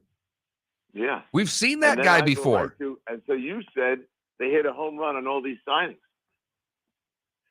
We'll get there when we get there. We got Friday to fight about this, but so I made this analogy. You guys can shoot a hole in it. Someone asked me yesterday, you've been to a lot of Super Bowls, and I have been. What does this remind you of? I said it reminds me of the Patriots when they played the greatest show on turf. And there's nobody thinking Cincinnati's going to win. They like them, but no one thinks they're going to win. And no one thought the Rams, ironically the same team, were going to lose the last time. And so once I said that, I got this whole wave of people going, I can't believe Pat's comparing Burrow to Brady, and he hasn't even won a Super Bowl yet. I go, well, that's my point. Brady hadn't won a Super Bowl either. He threw for 145 yards in the game. He threw 1 touchdown in the postseason, and they won. And I was on the sideline for most of that game. This Burrow kid has already thrown 4 touchdowns in the postseason. He plays like Brady, and that was my point, that no one cares about this group, just like nobody cared about the Patriots. What were they, David? 13-point underdogs? Yeah, 14.5, tied for second biggest underdog ever. Pat, our time is up. Enjoy the rest of your day and the rest of your week. And if it's okay with you, we'll try to do this again Friday. Absolutely. Is there anyone you want me to talk to today? Because they're going to ask me who I want to talk to.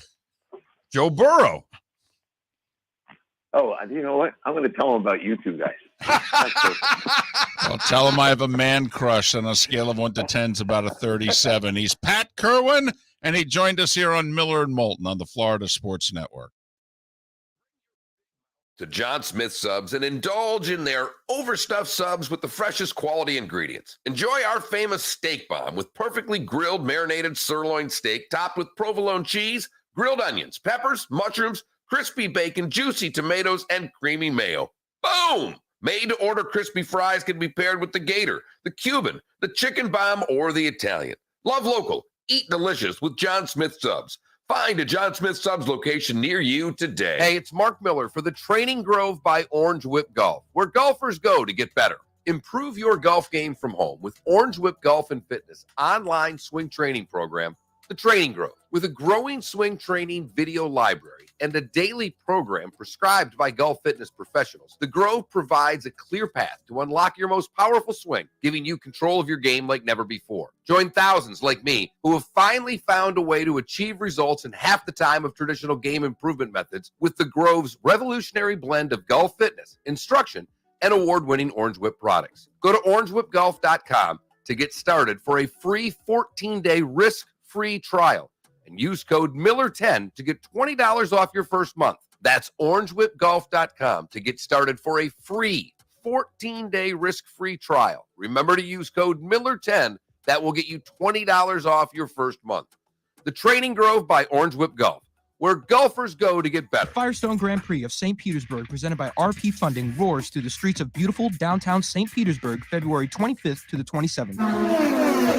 3-day tickets are on sale now at gpstpete.com. It's fast, fun, family entertainment jam-packed into 3 days. The weekend is highlighted by the NTT IndyCar Series race taking the green flag on Sunday afternoon. It all happens at the Firestone Grand Prix of St. Petersburg, presented by RP Funding, February 25th to the 27th. Get your tickets at gpstpete.com to secure the best seats. You are listening to Miller and Moulton on the Florida Sports Network.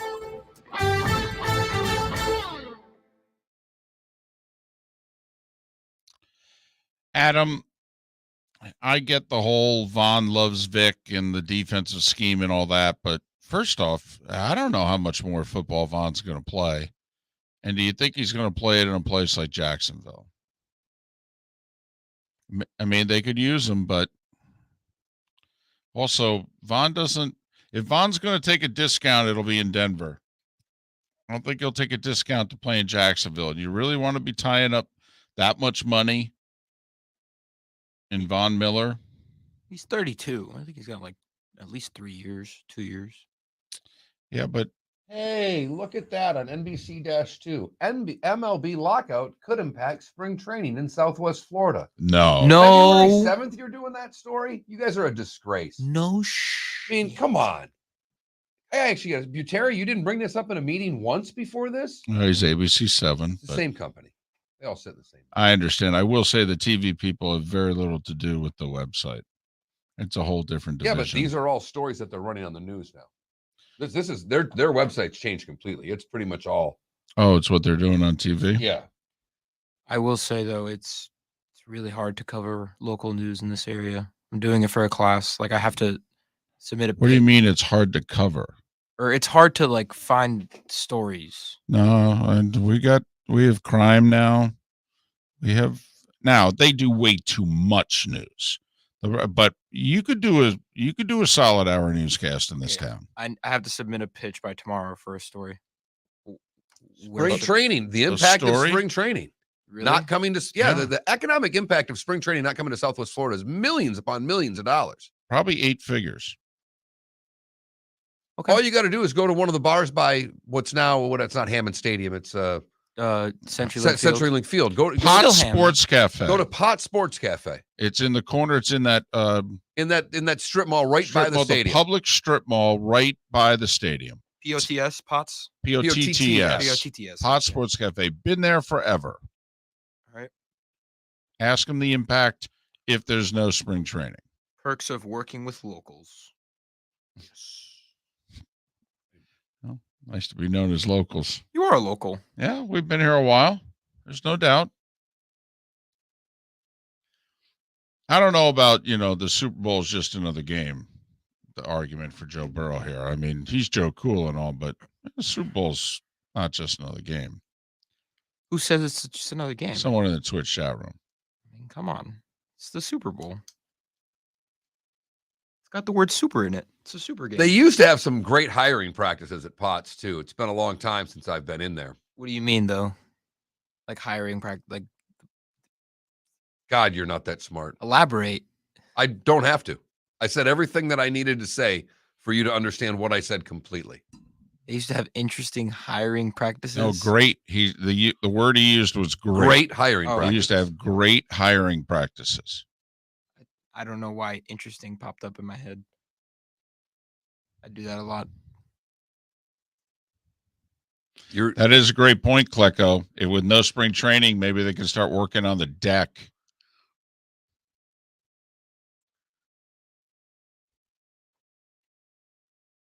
$30 seconds.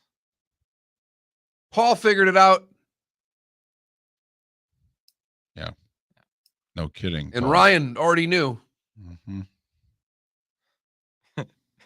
Went in there after I got divorced and almost never left. That was, what's his name's wife? What was EJ that worked with us in the sale? Remember the guy who lived in the Cape, sales guy here at Pisa years and years ago? Really good. I'm back. Yeah.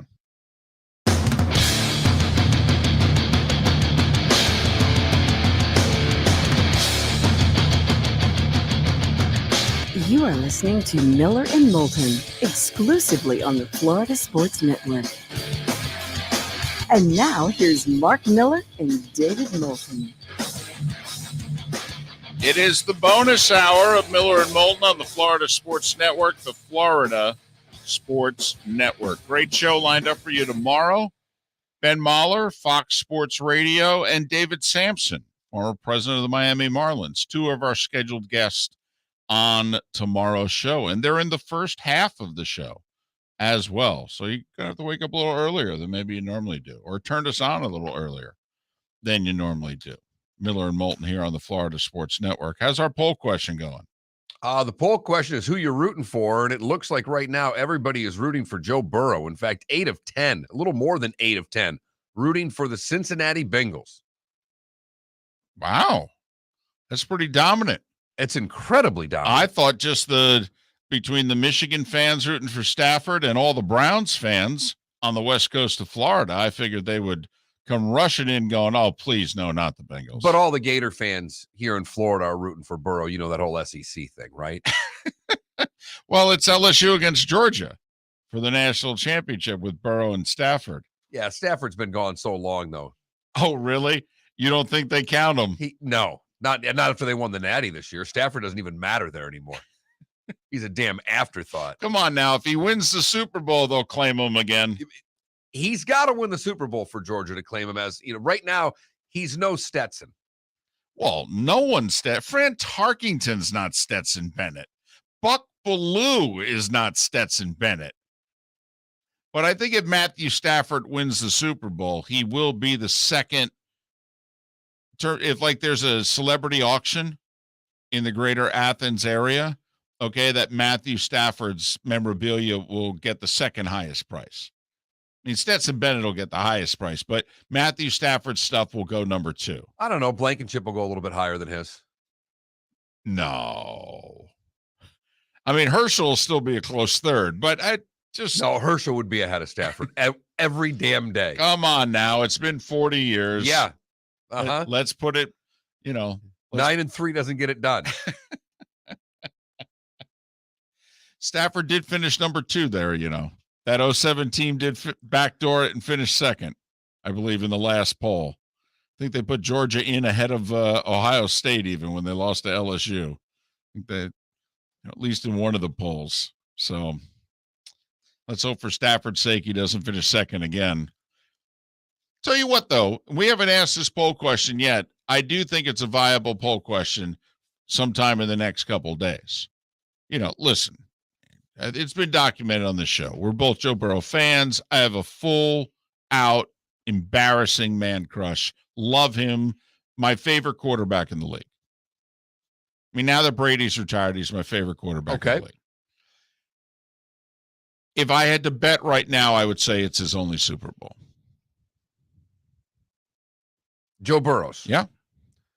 Is that more of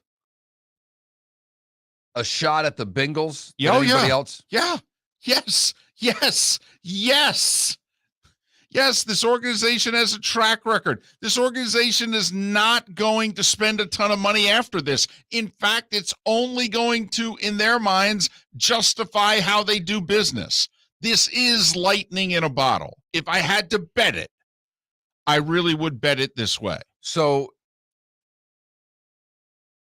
you think Justin Herbert could get to more Super Bowls than Joe Burrow? I don't know if Justin will get to one. I mean, after all, he's playing for the Chargers. I mean, the Bengals look down on the Chargers. Well, I don't know about that. Well, they do now. They have in the last 2 weeks, but not really much before then. Right. Beginning in January, they have. That's fascinating. You are really because I mean, if we want to do the comparisons, David, it's just not nice. It's not saying anything that's inaccurate. It's just not very nice. I understand that. It's tough to get to the Super Bowl. I mean, come on, we talked about it yesterday. Aaron Rodgers and the Green Bay Packers have not been to the Super Bowl in the last 11 years. Come on now. Joe Burrow's going to have to play great football to be as good in the next 11 years as Aaron Rodgers has just played. They haven't gone. Well, we can go through this whole thing. Ben, last 11 years in Pittsburgh, they didn't go to the game. Right. It's tougher in the AFC right now than it is in the NFC. I mean, we can go through. This is football. It's hard. There's no guarantee they go back. For goodness sakes, it's the Bengals. Are you really going to bet that now the Bengals are year in, year out going to be one of the best teams in the AFC? No, what I'm actually thinking, David, is instead of a poll question, if we could just take actual physical bets. Because do you realize that if we just put a poll question up this week that David Moulton says this could be Joe Burrow's only Super Bowl, do you agree or disagree? The numbers would be staggering against what you're saying. Absolutely. 80+%. Easily. It would definitely be similar to what our vote is today of who you're rooting for. Right. Would be 82, 85, 87% saying you are absolutely nuts. Correct. And there's part of me that doesn't want to have a poll question. I want to open up a bookie stand and just take actual money. Because we'd get odds. I mean, they'd get odds too. No, I get odds. Or we'd get odds. I get odds. Yeah, we'd get odds on this. Right. They're the 1 to 3. I'm the 3 to 1. Correct. But I mean, remember, imagine there certainly wasn't nationally, but imagine sports talk radio at this time in 1985. And some Yahoo like me says, I think this is going to be Marino's only Super Bowl. Yeah, I mean, he's not working the next week. He's not. All right. But come on. And the Dolphins were a much better, laughably better organization. Don Shula's was still going to coach for 11 more seasons. The Dolphins had just for 15 years been outside of the Steelers and the Cowboys. I mean, they were the 3 best franchises in the league. Not free agency. This team drafted well. They did everything right. Yes. The roster was pretty well stacked at that point. Marino's 23. Right. Never went back. Rodgers hasn't been back. And people piling on in the Twitch chat room with all, with Chase and the core of receivers. I get it. And Mixon. But the fact of the matter is, what David is saying, it's not the players, it's the organization. And they have been notoriously frugal. Hey, listen, the Chiefs got to 2. And they're a year away from having to retool. And yes, they'll have Mahomes. They're going to win a lot of games. The Packers, has anybody outside of the Patriots won more football games since 2010? In fact, it's probably really close as to what team in the league has won the most games over the last 11 seasons in the NFL. From 2011 to 2021. He's gone to 5 NFC championship games, 4 of them in the last 11 years.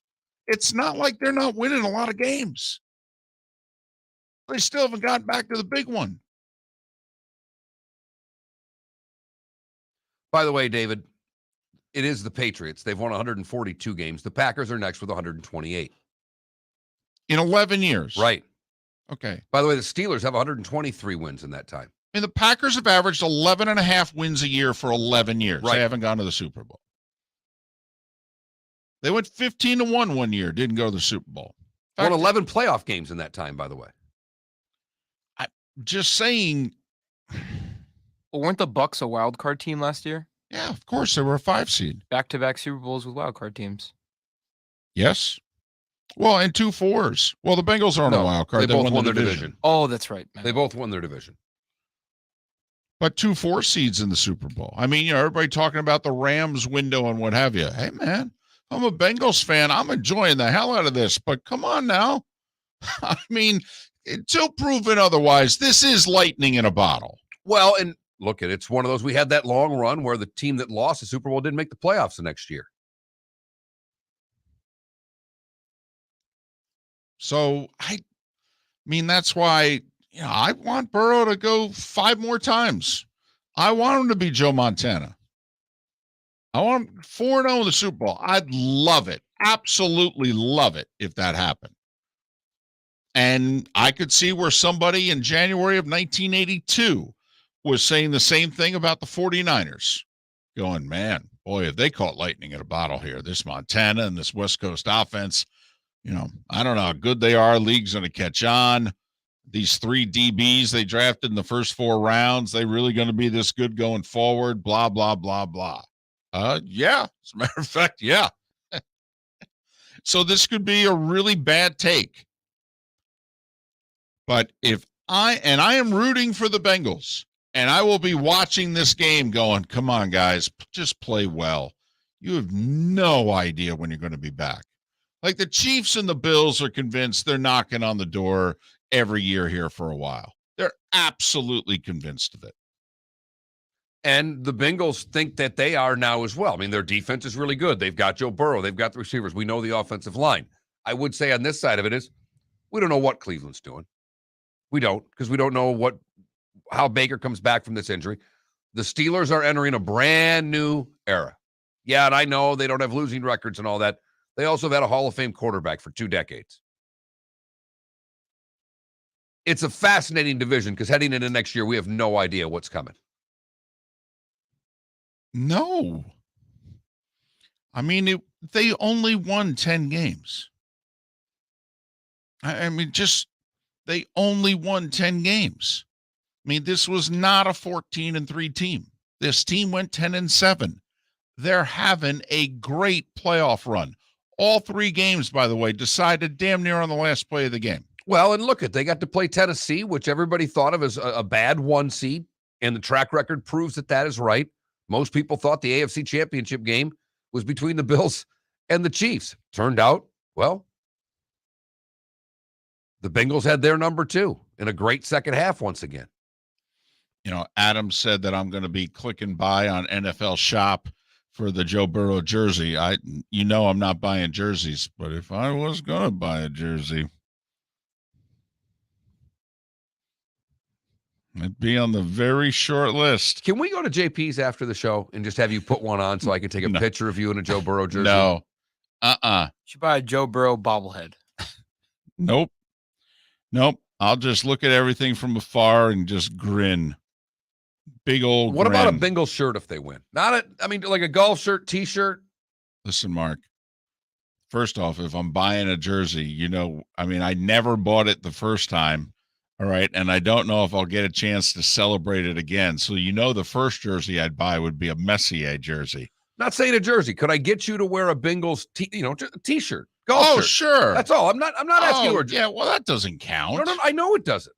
Oh, sure. For the game? Can I'd be all in. I'm more thinking Monday if they win. And you got to have a cigar in your mouth. I'm not putting a cigar in my mouth. Sorry. All right. I mean, I'll fake it for the picture. Go Beretta. All right. Yeah. Chew on it for an hour. Yeah, I'll chew on it, but come on now. So, yeah, I will be thrilled. Are you kidding me? 33 years? Never, since they've been in the game, they've never won it before? Are you kidding? This is the Moulton script that I present to Hollywood every year. These are one of those franchises in which I go, come on, these guys deserve a parade. Been a long time. Yeah. Cincinnati Reds were 1990. Right. Okay. Yeah. Their best basketball team they ever had, Kenyon Martin broke his leg right before the NCAA tournament. They were the number one team in the country. The football team just peaked making the playoff in the semifinals. They're going to have 10 years of dominance in the Big 12, but unless UCF stops them. right. That great Big 12 rivalry on the Big 12 network, UCF, Cincinnati. That's right. Big 12 network. Now that's funny. 15 minutes after the hour, Miller and Moulton, the Florida Sports Network. Hey, it's Mark Miller for the Training Grove by Orange Whip Golf, where golfers go to get better. Improve your golf game from home with Orange Whip Golf and Fitness online swing training program, The Training Grove. With a growing swing training video library and a daily program prescribed by golf fitness professionals, The Grove provides a clear path to unlock your most powerful swing, giving you control of your game like never before. Join thousands like me who have finally found a way to achieve results in half the time of traditional game improvement methods with The Grove's revolutionary blend of golf fitness, instruction, and award-winning Orange Whip products. Go to orangewhipgolf.com to get started for a free 14-day risk-free trial and use code Miller10 to get $20 off your first month. That's orangewhipgolf.com to get started for a free 14-day risk-free trial. Remember to use code Miller10. That will get you $20 off your first month. The Training Grove by Orange Whip Golf, where golfers go to get better. You are listening to Miller and Moulton on the Florida Sports Network.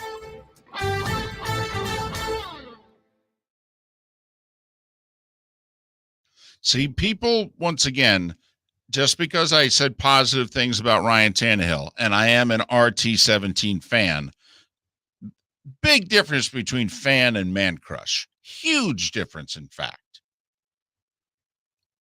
And my fandom for RT17 is because everybody thinks he sucks, and he doesn't. And Doll fans in particular just crushed the guy for everything that was wrong with the franchise. And then when they discarded him, they're like, good. I'm with you, man. I'm with you. So that's all. It's a very different thing. Joe Burrow, that's cannonballing in the deep end. RT17, that's no one in the neighborhood wants to play with him. And I'll go outside and play ball with RT17.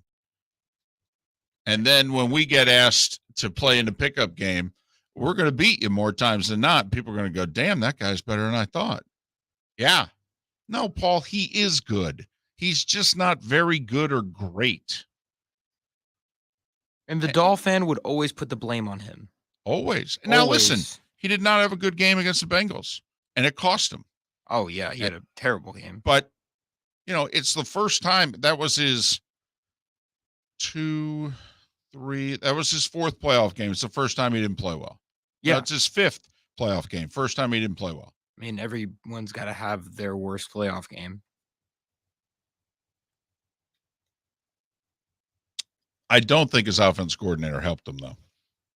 I mean, we'll all admit there were play calls in that game in which we went, what are they doing? He's a top 15 core. He's somewhere between 13 and 17. That's really where he falls. And yeah, he's in the teens. He really is. He's in the teens. Even if he's in the late teens, he's in the teens. But in the late teens wouldn't be worse than 17. And I'm telling you, and I am not a Tannehill guy. I went through quarterback by quarterback to try to prove he was worse than he was, and it's hard to do. There's some, you got to remember, there's a bunch of young quarterbacks that haven't proven anything yet. That Mills guy started in Houston, for crying out loud.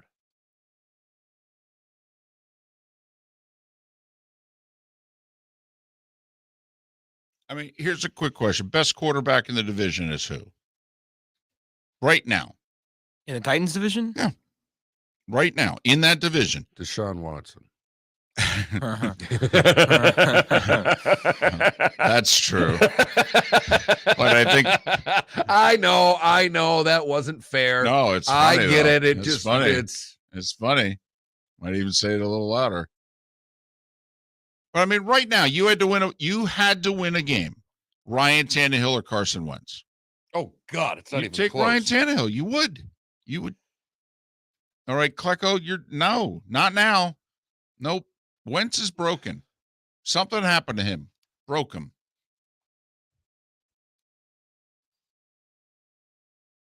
And so now you just do the math. Well, that's 3 starting quarterbacks he's better than. Okay, who's better in the NFC South right now than him? Matt Ryan. Maybe. Yeah, maybe. Who's better than him in the NFC East? But right now, Tampa Bay, Carolina, Atlanta. No, so now we're at 6. All right, just go the NFC East. We'll say Dak's better than him. Right, yeah. So 3 more teams. Now we're at 9. Now let's go the NFC North. I think Cousins is better, and I think Aaron's better, but he's better than Fields right now, and he's better than Goff. So now that's 11 quarterbacks. Now we're at 11. Now we go to the West, and he may not be better than anybody in the NFC West. Right. Although Jimmy Garoppolo? G, Ryan Tannehill. I was gonna say Close. they're close. They're Well, close. I'm going to take Tannehill only because he's been the We'll call availability. But we'll call it a push. Yeah. We'll call it a push. So we're at 11. We go to the AFC. AFC East. Tua or Tannehill? It's got to be Tannehill right now. Yeah, it's probably Tannehill. And obviously better than the guy with the Jets. Right. So if you want to take Mac Jones 1 year, really? Are you sure? But let's just, for argument's sake, for those that are anti-Tannehill, call it a push. Okay. So there's 2 more that he's better than. Well, that's 13. Where are we? Now we're in the teens. Yeah, now we're at 19. 20 through 32 is 13 spots. We're coming back.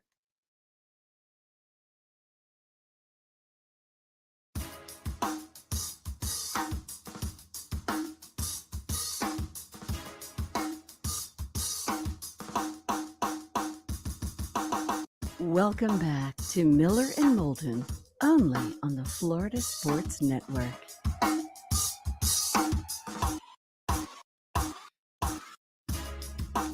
$21 after the hour. Miller and Moulton, the Florida Sports Network, the Florida Sports Network. Good, bad, and ugly. What's on tap? Today was the day when, along with some final thoughts coming up in about 20 minutes' time.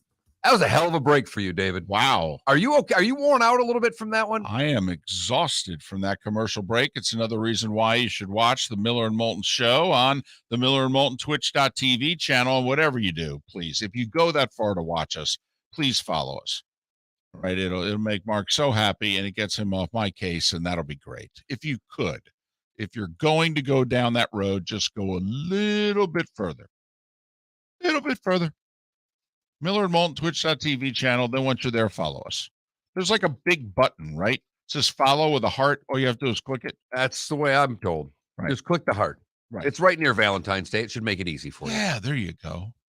There you go. Heart us, please. Feel the love, share the love, that whole thing. But yeah. So David began the commercial break defending Joe Burrow. Right. And having no problem doing it. But then people start assuming because David has defended Ryan Tannehill that he has the same man crush and thinks Ryan Tannehill is as good as Joe Burrow. He doesn't. People feel you never had. I can even defend. It's ridiculous to say when you have a man crush on somebody and you've defended somebody who you don't think sucks, that you then think the person who doesn't suck is great. That's never once what was said. Right. And, people you think can't I'm put cheating. Words, you can't put words in David's mouth. Only I put words in David's mouth. Yeah, that's how it works. People think I'm cheating on Ryan Tannehill. I am not cheating on Ryan Tannehill. We have never dated. Never. You may have gone out once. But it was just not, as friends. But it was not just serious. as friends. There was no commitment. He couldn't get anyone else to go with him. All right. And so I was just, I care about him. We just went as friends. So we ended up spending the entire commercial break breaking down where Ryan Tannehill ranks as a quarterback in the National Football League. Right. Because people in our Twitch chat room said that Tannehill sucks. Said he does not suck. He did not play a good game against the Bengals. That's the last thing anybody remembers. Therefore, he must be toe jam. Okay. Aaron Rodgers toe jam? I mean, come on now. Let's evolve here. Let's think past 10 minutes ago. So I said He does not suck. He's a pretty good to good NFL quarterback. He's middle of the pack. He's somewhere in that middle third. Yeah, he's in the teens. He's in the teens. If you do the quarterback rankings, if you're really high on him, he might be in the 13, 14 category. If you're fair in assessing him, he's in the bottom teens, the 18, 19 category. And when people said, no way, it's like, okay, do we have to go team by team here? Which we did during that commercial break. And it's just really simple. Right now in the NFC South, Matt Ryan or Ryan Tannehill, because he's better than the other starters. Right. I mean, remember, Ben's retired, Brady's retired, Denver doesn't have a quarterback. We have to go with literally who the starting quarterbacks are at this moment in time. We'll even give you Matt Ryan's better. So then that's 3 quarterbacks he's better than. In the NFC South, let's go to the East, Mark. How many quarterbacks is he better than in the NFC East? He's better than 3. You're right. Dak's better. Fine. In his own division, the AFC South, he's the best quarterback right now. Now, if you want to say Deshaun Watson because he's still technically in Houston, I'm fine with that. But he didn't play last year, and he's not going to play for him again. And right now, he's basically unassociated. Right. So that's 3 more than he's better than. Now, some of you may think, I don't know, Carson Wentz. We'll give you a push on Wentz. I won't. We would take Tannehill, but we'll give you a push on Wentz. So let's just say it's only 2. So between the NFC South, NFC East, AFC South, that's 8 quarterbacks he's better than right now. He's better than Jared Goff. And he's better than Justin Fields at this moment in time. Right. Today, you had to win a game today. That's 2 more. That's 10. Jimmy G or Ryan Tannehill? Because we'll give the other 3. And Kyler Murray or Ryan Tannehill is an interesting question. But Kyler. Go Murray. And you know what? I'll even give you Jimmy G. Just like I'll give you Wentz. I'll give you Matt Ryan. Fine. Every benefit of the doubt. You're right. We're wrong.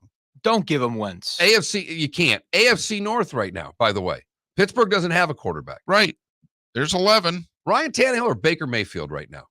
Come on now. Just right now. Now once again, benefit of the doubt, I'll take it against Tannehill. Let's go to the AFC East though. Come on, you can't we're both Tua fans, but today you had to win a game, you take Ryan Tannehill, and he's certainly better than the rookie quarterback with the Jets. So now we're at 13. Well, that's 19. There you go. Now we're at 19, and we got 3 others that we just said are pushes. Oh yeah, we didn't count Denver. So now we're at 18. Ryan Tannehill right now is the 18th best quarterback in the NFL, and that's if you don't like him. And that's with it putting Wentz, Garoppolo, Matt Ryan, Kirk Cousins, all above him. Dak Prescott, Baker. I mean, we put a lot of guys above him there. That Jimmy G, all above him. There is not another radio show in Florida that loves Ryan Tannehill more than we do. Well, there's no doubt about that, but we're just making the point. And it's not even a point of a love affair. I don't like him. I don't like him, but you have to at least use your brain and be fair when assessing him. We give him his flowers. Now, you can then come to the conclusion, though, this is how hard it is to win in the NFL. Bingo. If you make, wherever he goes, if you rank him lower, we mentioned 2 or 3 guys and you go, oh, no, I'd take them. Fine. So if he's somewhere, and then there's 2 or 3 guys we mentioned in which you go, I might take him over them. So say he's somewhere between 16 and 21 with you. They have a terrific defensive line. They've got 2 elite wide receivers. And they've got one of the 2 best running backs in the game. And they've made it to the playoffs 4 straight years, 6 straight winning seasons, and they made it to an AFC championship game. But this is how hard it is to win in this league when your quarterback is in between 16 and 21. Because the Titans are doing a lot of things right. And they're winning a lot of games, but they can't win a ton of games in January unless it all goes right.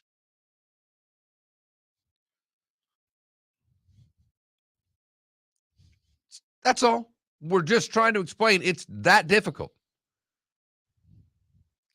Guillermo says, man, for never having dated him, David sure thinks about him a lot. He's a great guy, but That's funny, Guillermo. That's quality material right there. All right. And Guillermo, what's funny is that I think we all know deep down that David does think about him, that David's sitting around where most of us, our mind may wander to Elizabeth Shue. David's mind wanders to, Ryan Tannehill. I text with Lauren. We see how he's doing. Is he still banged up from the season? How's he looking for 2022? Seemingly everything's on the upswing. I know he's got one more year in Nashville because that's a big-ass contract. Yeah, he's going nowhere. I mean, the talk, Aaron Rodgers is supposedly building a house in the Nashville area. That's great. I don't know how he gets on the Titans. Don't know how he does it. Now, the Rams pulled it off with Stafford. You trade enough first-round picks. You move enough money around, okay, I guess. But that is the team, though. I will say, talk about going all in. The Titans are another one. They got 1 to 2 years, and they got to break that sucker up. Well, and also, how much longer can Henry? He got hurt. He got hurt this year. Exactly. I mean, that's a team I'd be willing to go all in if I could. If there's a next step, I'd be willing to take it. Because I don't know if Julio plays next year there. Right. He's got a significant cap hit. They may decide we can do better. I mean, that could be a place where a Beckham shows up as a free agent. Well, yeah, probably only have to pay a touch more than what you're paying Julio. Right. And be a lot more productive. By the way, when is Browns fans going to admit that they were wrong? I don't know. Beckham still doesn't admit that he had any problems with the Giants, so I don't think the Browns fans going to come to any conclusion anytime soon. I mean, it is funny. How much more evidence do you need if you're a Browns fan that maybe in this one instance, no, you love your team, okay? And there's no doubt, all right? He underperformed with you, no question about it. But with the way in the same season, with the way he has performed with the second team that he went to. That's why, Come on again, now. can I follow this up with Tannehill or Baker Mayfield? That's all.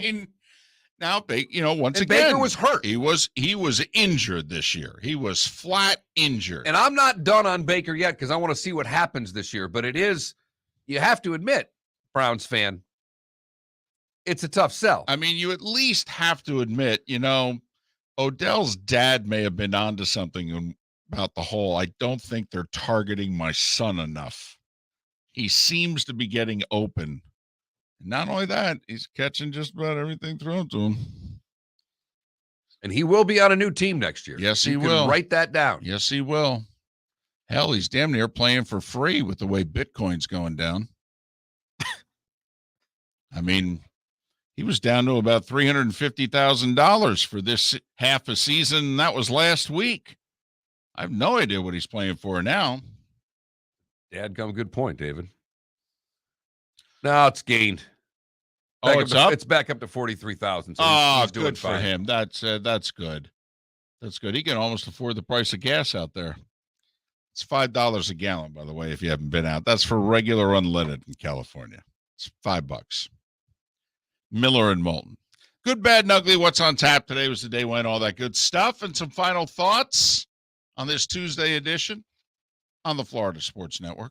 Hey, it's Mark Miller for the Training Grove by Orange Whip Golf, where golfers go to get better. Improve your golf game from home with Orange Whip Golf and Fitness online swing training program, The Training Grove. With a growing swing training video library and a daily program prescribed by golf fitness professionals, The Grove provides a clear path to unlock your most powerful swing, giving you control of your game like never before. Join thousands like me who have finally found a way to achieve results in half the time of traditional game improvement methods with The Grove's revolutionary blend of golf fitness, instruction, and award-winning Orange Whip products. Go to orangewhipgolf.com to get started for a free 14-day risk-free trial.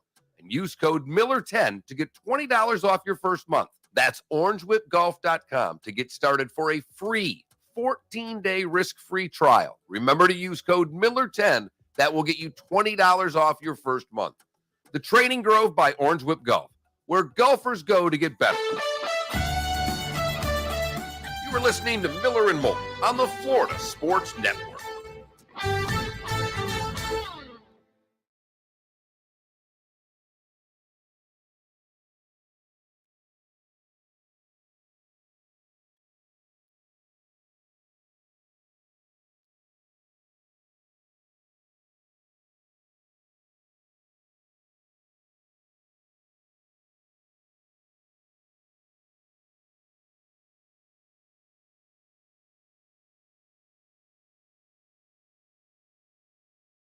If you were to guess where gas is the cheapest, you have one guess each person. Where would you guess?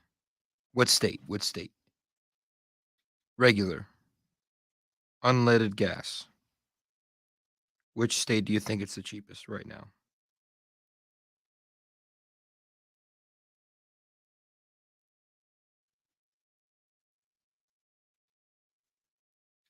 Texas is close, but no.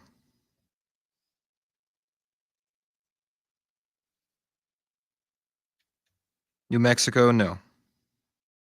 Louisiana, no. South Carolina, no. Alabama, no. Walmart, good one. Mark, if you were to guess where gas is the cheapest right now, where would you guess? Dubai.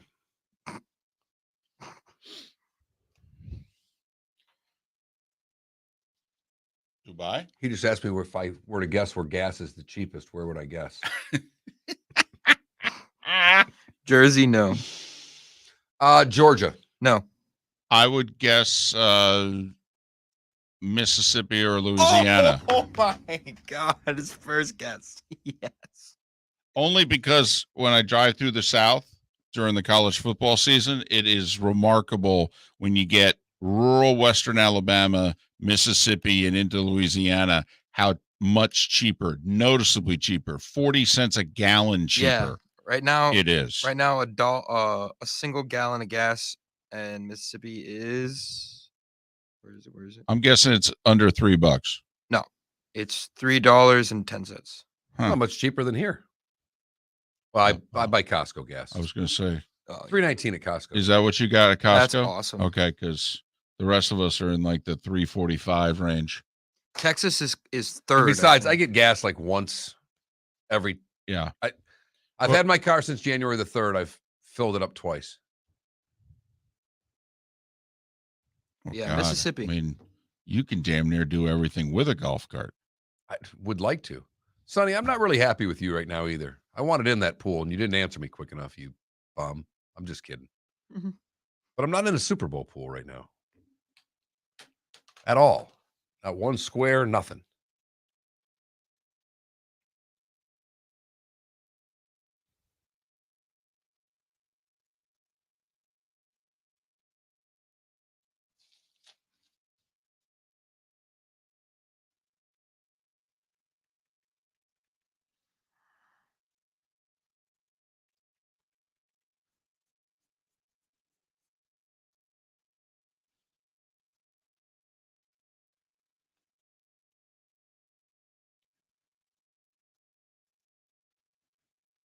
Get to work, DC. Set it up.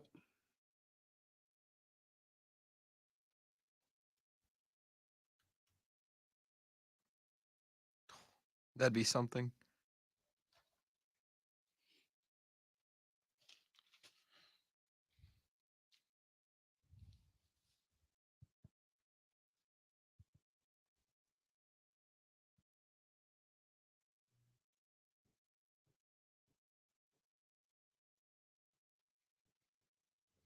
I'm going old school here.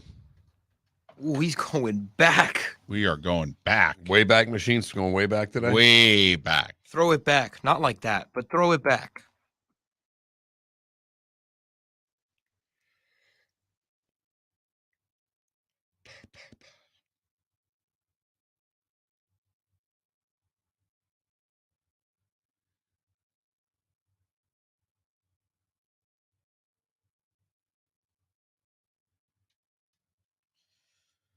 All right, Twitch chat. I'll see you tomorrow. Go Heat.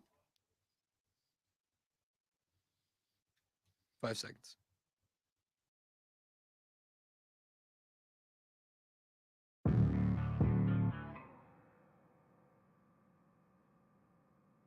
Thanks for listening. And now, more of Miller and Moulton on the Florida Sports Network. 21 minutes before the hour. Ben Mahler, David Sampson on the show tomorrow. And that's just for starters. That's in the first half of the show here on Miller and Moulton, the Florida Sports Network, the Florida Sports Network. Make sure you vote in our poll question at that Mark Miller, at the David Moulton, and now is it Florida Sports Network? Is it FL Sports Network? FL Sports Network on Twitter. All right. At FL Sports Network. One of three choices. Vote in our poll question. Who you rooting for? Not who do you think's going to win. Come on now, we're saving that till Friday. Who you rooting for in Super Bowl 56?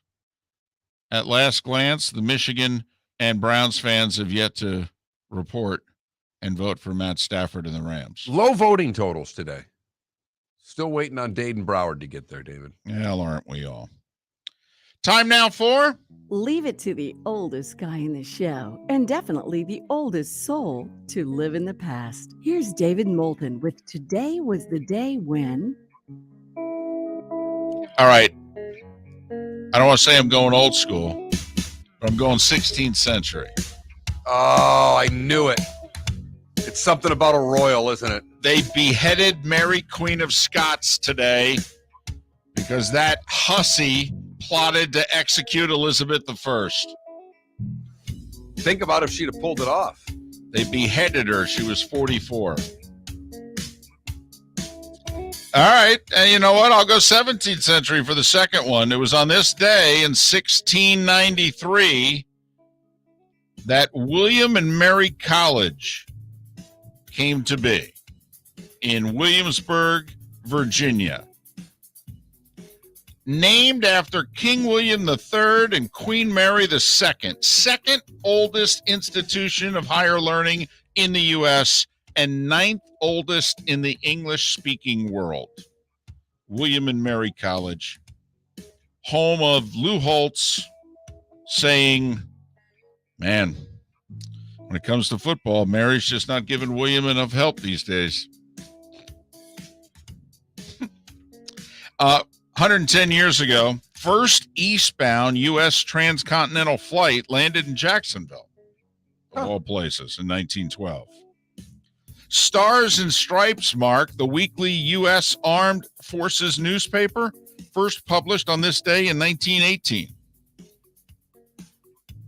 1930, Happy Days Are Here Again was the number one song in the land. Boy, people must have been delirious. We're in the middle, just started a depression. Happy Days Are Here Again? What are you talking about? Had to have something, David. I guess. Winning or hope. Man, they had hope, I guess. They didn't have winning for another decade or so. 1936, on this day, the first NFL draft took place. The Eagles, with the number one pick, took University of Chicago star halfback Jay Berwanger. Goodell was booed unmercifully when he announced that pick at the draft. Yes, he was. And they had a huge bro hug. Yes, very much so. Huge. That's Jay Berwanger from the University of Chicago Maroons. Thank you very much. Hey, 80 years ago today, one of the darkest days in our nation's history, Congress advises FDR that Americans of Japanese descent should be locked up for fear that they're going to rise up together and help defeat us. Yeah, as far as bad takes go, maybe one of the worst that we had. That's top five. Yeah, that really is. On this day in 1945, Paul Brown agrees to coach an expansion football team in Cleveland. He did it so well, they eventually named the team after him. So, of course, Art Modell came in and fired him. Just another reason for Browns fans to hate Modell. Oh, boy. It was on this day in 1963 that the AFL's Dallas Texans became the Kansas City Chiefs. So you had the Texans and the Cowboys playing at the same time. 1965, Mark, couple of things going on. President Johnson deployed the first U.S. combat troops to South Vietnam. We sent 3,500 Marines to protect an airport. Kind of went downhill from there. Also on this day in 1965, the Supremes released the single Stop in the Name of Love. 1968, on this day, Planet of the Apes premiered. In 74, Good Times made its television debut. On this day in 76, the movie Taxi Driver released. Couple of actors you may have heard of: Robert De Niro, Jodie Foster. If you haven't seen it in a while, I think it ages well. It's a real toe tapper. Well, there's no doubt about that. When you're done with that, eat and watch Shawshank. On this day in 83, to tell you how times have changed, February 8th, 1983, Bowie Kuhn is commissioner. Major League Baseball orders Mickey Mantle to sever his ties to the Claridge Casino. He hadn't played in 15 years. He's already in the Baseball Hall of Fame. The deal that he and Willie Mays signed was to be greeters. Greeters, that's right. Greeters mean everything but holding a menu and can I take you to your seat? That's it. And Major League Baseball absolutely freaked out and Mantle backed down. This is kind of like what? 7-8 years ago when the NFL freaked out on Romo for having the fantasy football convention in Vegas. Right. 2 years later, they're signing deals. Where are we going here? This day in 1986, 5'7" Spud Webb wins the slam dunk competition. A very dark day in our nation's history 30 years ago today. I'm Too Sexy by Right Said Fred was the #1 song in America. Boy, you got that right, David. I had that in my errors and omissions because I didn't think you were going to put that in, and you did. I'll say it again. Bruce Springsteen has never had a #1 single. Right Said Fred reached #1 with I'm Too Sexy 30 years ago today. You know, the Browns made some history on this day. 1996, the NFL and Cleveland allow Modell to move the team to Baltimore, but he has to leave the Browns name behind. Baltimore Browns never sounded good anyhow. I will say this. I think it was Paul Tagliabue's greatest moment as commissioner, in which he said to Mayor White of Cleveland, he said, I will make this right. I will do whatever I have to do. I will make this right. And that's why he said to Modell, listen, legally, I know you can get away with this, but we're saving the Browns. And it was on this day in 96, in a strange, perverted way, Tagliabue saved the Browns. They wouldn't play for 3 years, but when they came back with a new stadium, and they were the Browns. And 13 years ago today, you may have recalled, Rihanna was going to appear at the Grammys until Chris Brown beat her up the morning of. And it was a big day in terms of domestic violence in this country and what have you. James Dean, Gary Coleman, and Jack Lemmon were all born on this day, Mark. James Dean in 1931, Gary Coleman in 1968. Jack Lemmon would have been 97 today. Julio Jones is 33. Klay Thompson is 32. Alonzo Mourning is 52. Kirk Muller is 56. Vince Neil is 61. Oh, I had the under. Dino Cicerelli is 62, as is, have to admit, little bit of a crush, but also with the Olympics going on, Linda Fradiani. U.S. figure skater, won a silver in Lake Placid in 1980. She is 62. John Grisham is 67. And, Mark, I would have had the under on this one as well, and this is for my mom. Nick Nolte is 81. Wow. Yeah, we all had the under on that. And that is Today Was the Day. All right, just a couple of omissions where I see, David. You missed one, and I'm shocked you missed one. Today in 1896, the Western Conference forms of Midwestern universities. It would later be renamed the Big Ten Conference. Ooh. That's a biggie. Yeah. And in 74, I had to put this in there. Ringo Starr releases a cover of You're 16. Yeah. That's right. Go listen to that song. Right. Mm-hmm. You're 16, you're beautiful, and you're mine. In fact, the music and entertainment poll question of the day is, which has a better chance of being remade in 2022? You're 16 as a single or Blazing Saddles, whose 48th anniversary was yesterday? You've heard folks elsewhere mock Florida is gonna Florida. Well, Mark Miller sees it differently. He calls it the good, the bad, and the ugly. What you got, Mark? You know, I don't know if any of your newscasts in North Dakota ever talked about crappie being caught, but if they read that the way it looks, they could get the walleye eye and the crappie together, David. Exactly. But it was on a lake in Minnesota where a fisherman ice fishing reeled in a golden crappie. It's a very rare fish, particularly in the wild. And since I couldn't find any other good stories, how about this guy who's out fishing and, Rick Konakowitz. That's all Minnesota name right there. No doubt. Good for him. A once-in-a-lifetime fish. For the bad, we go to Tarpon Springs, Florida, where Stephen Whalen was pulled over and tried to convince police that the plastic bag found in his backpack contained breath mints, not meth. Good try. Right. I mean, I must have been, prefer the one to the other. When questioned, he said the mess was not meth, it was breath mints, and he would not elaborate on anything else. That's my story, and I'm sticking to it. And thank you, David, for the ugly. We go to Los Angeles. Oh, come on now. This could also be the good in a really perverted way.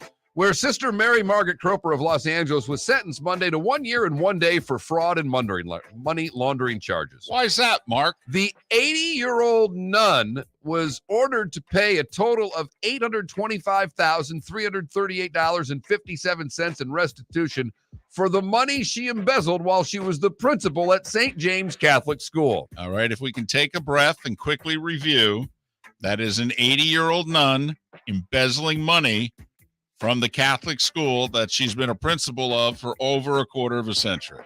She used all that money to gamble. There we go. Makes her very qualified to be the principal of a Catholic school, though, I will say. I mean, bingo night, Las Vegas nights, these things were all in play. And come on now, she didn't burn through all that money in 1 year either. Wasn't it like she was a school principal for over 28 years.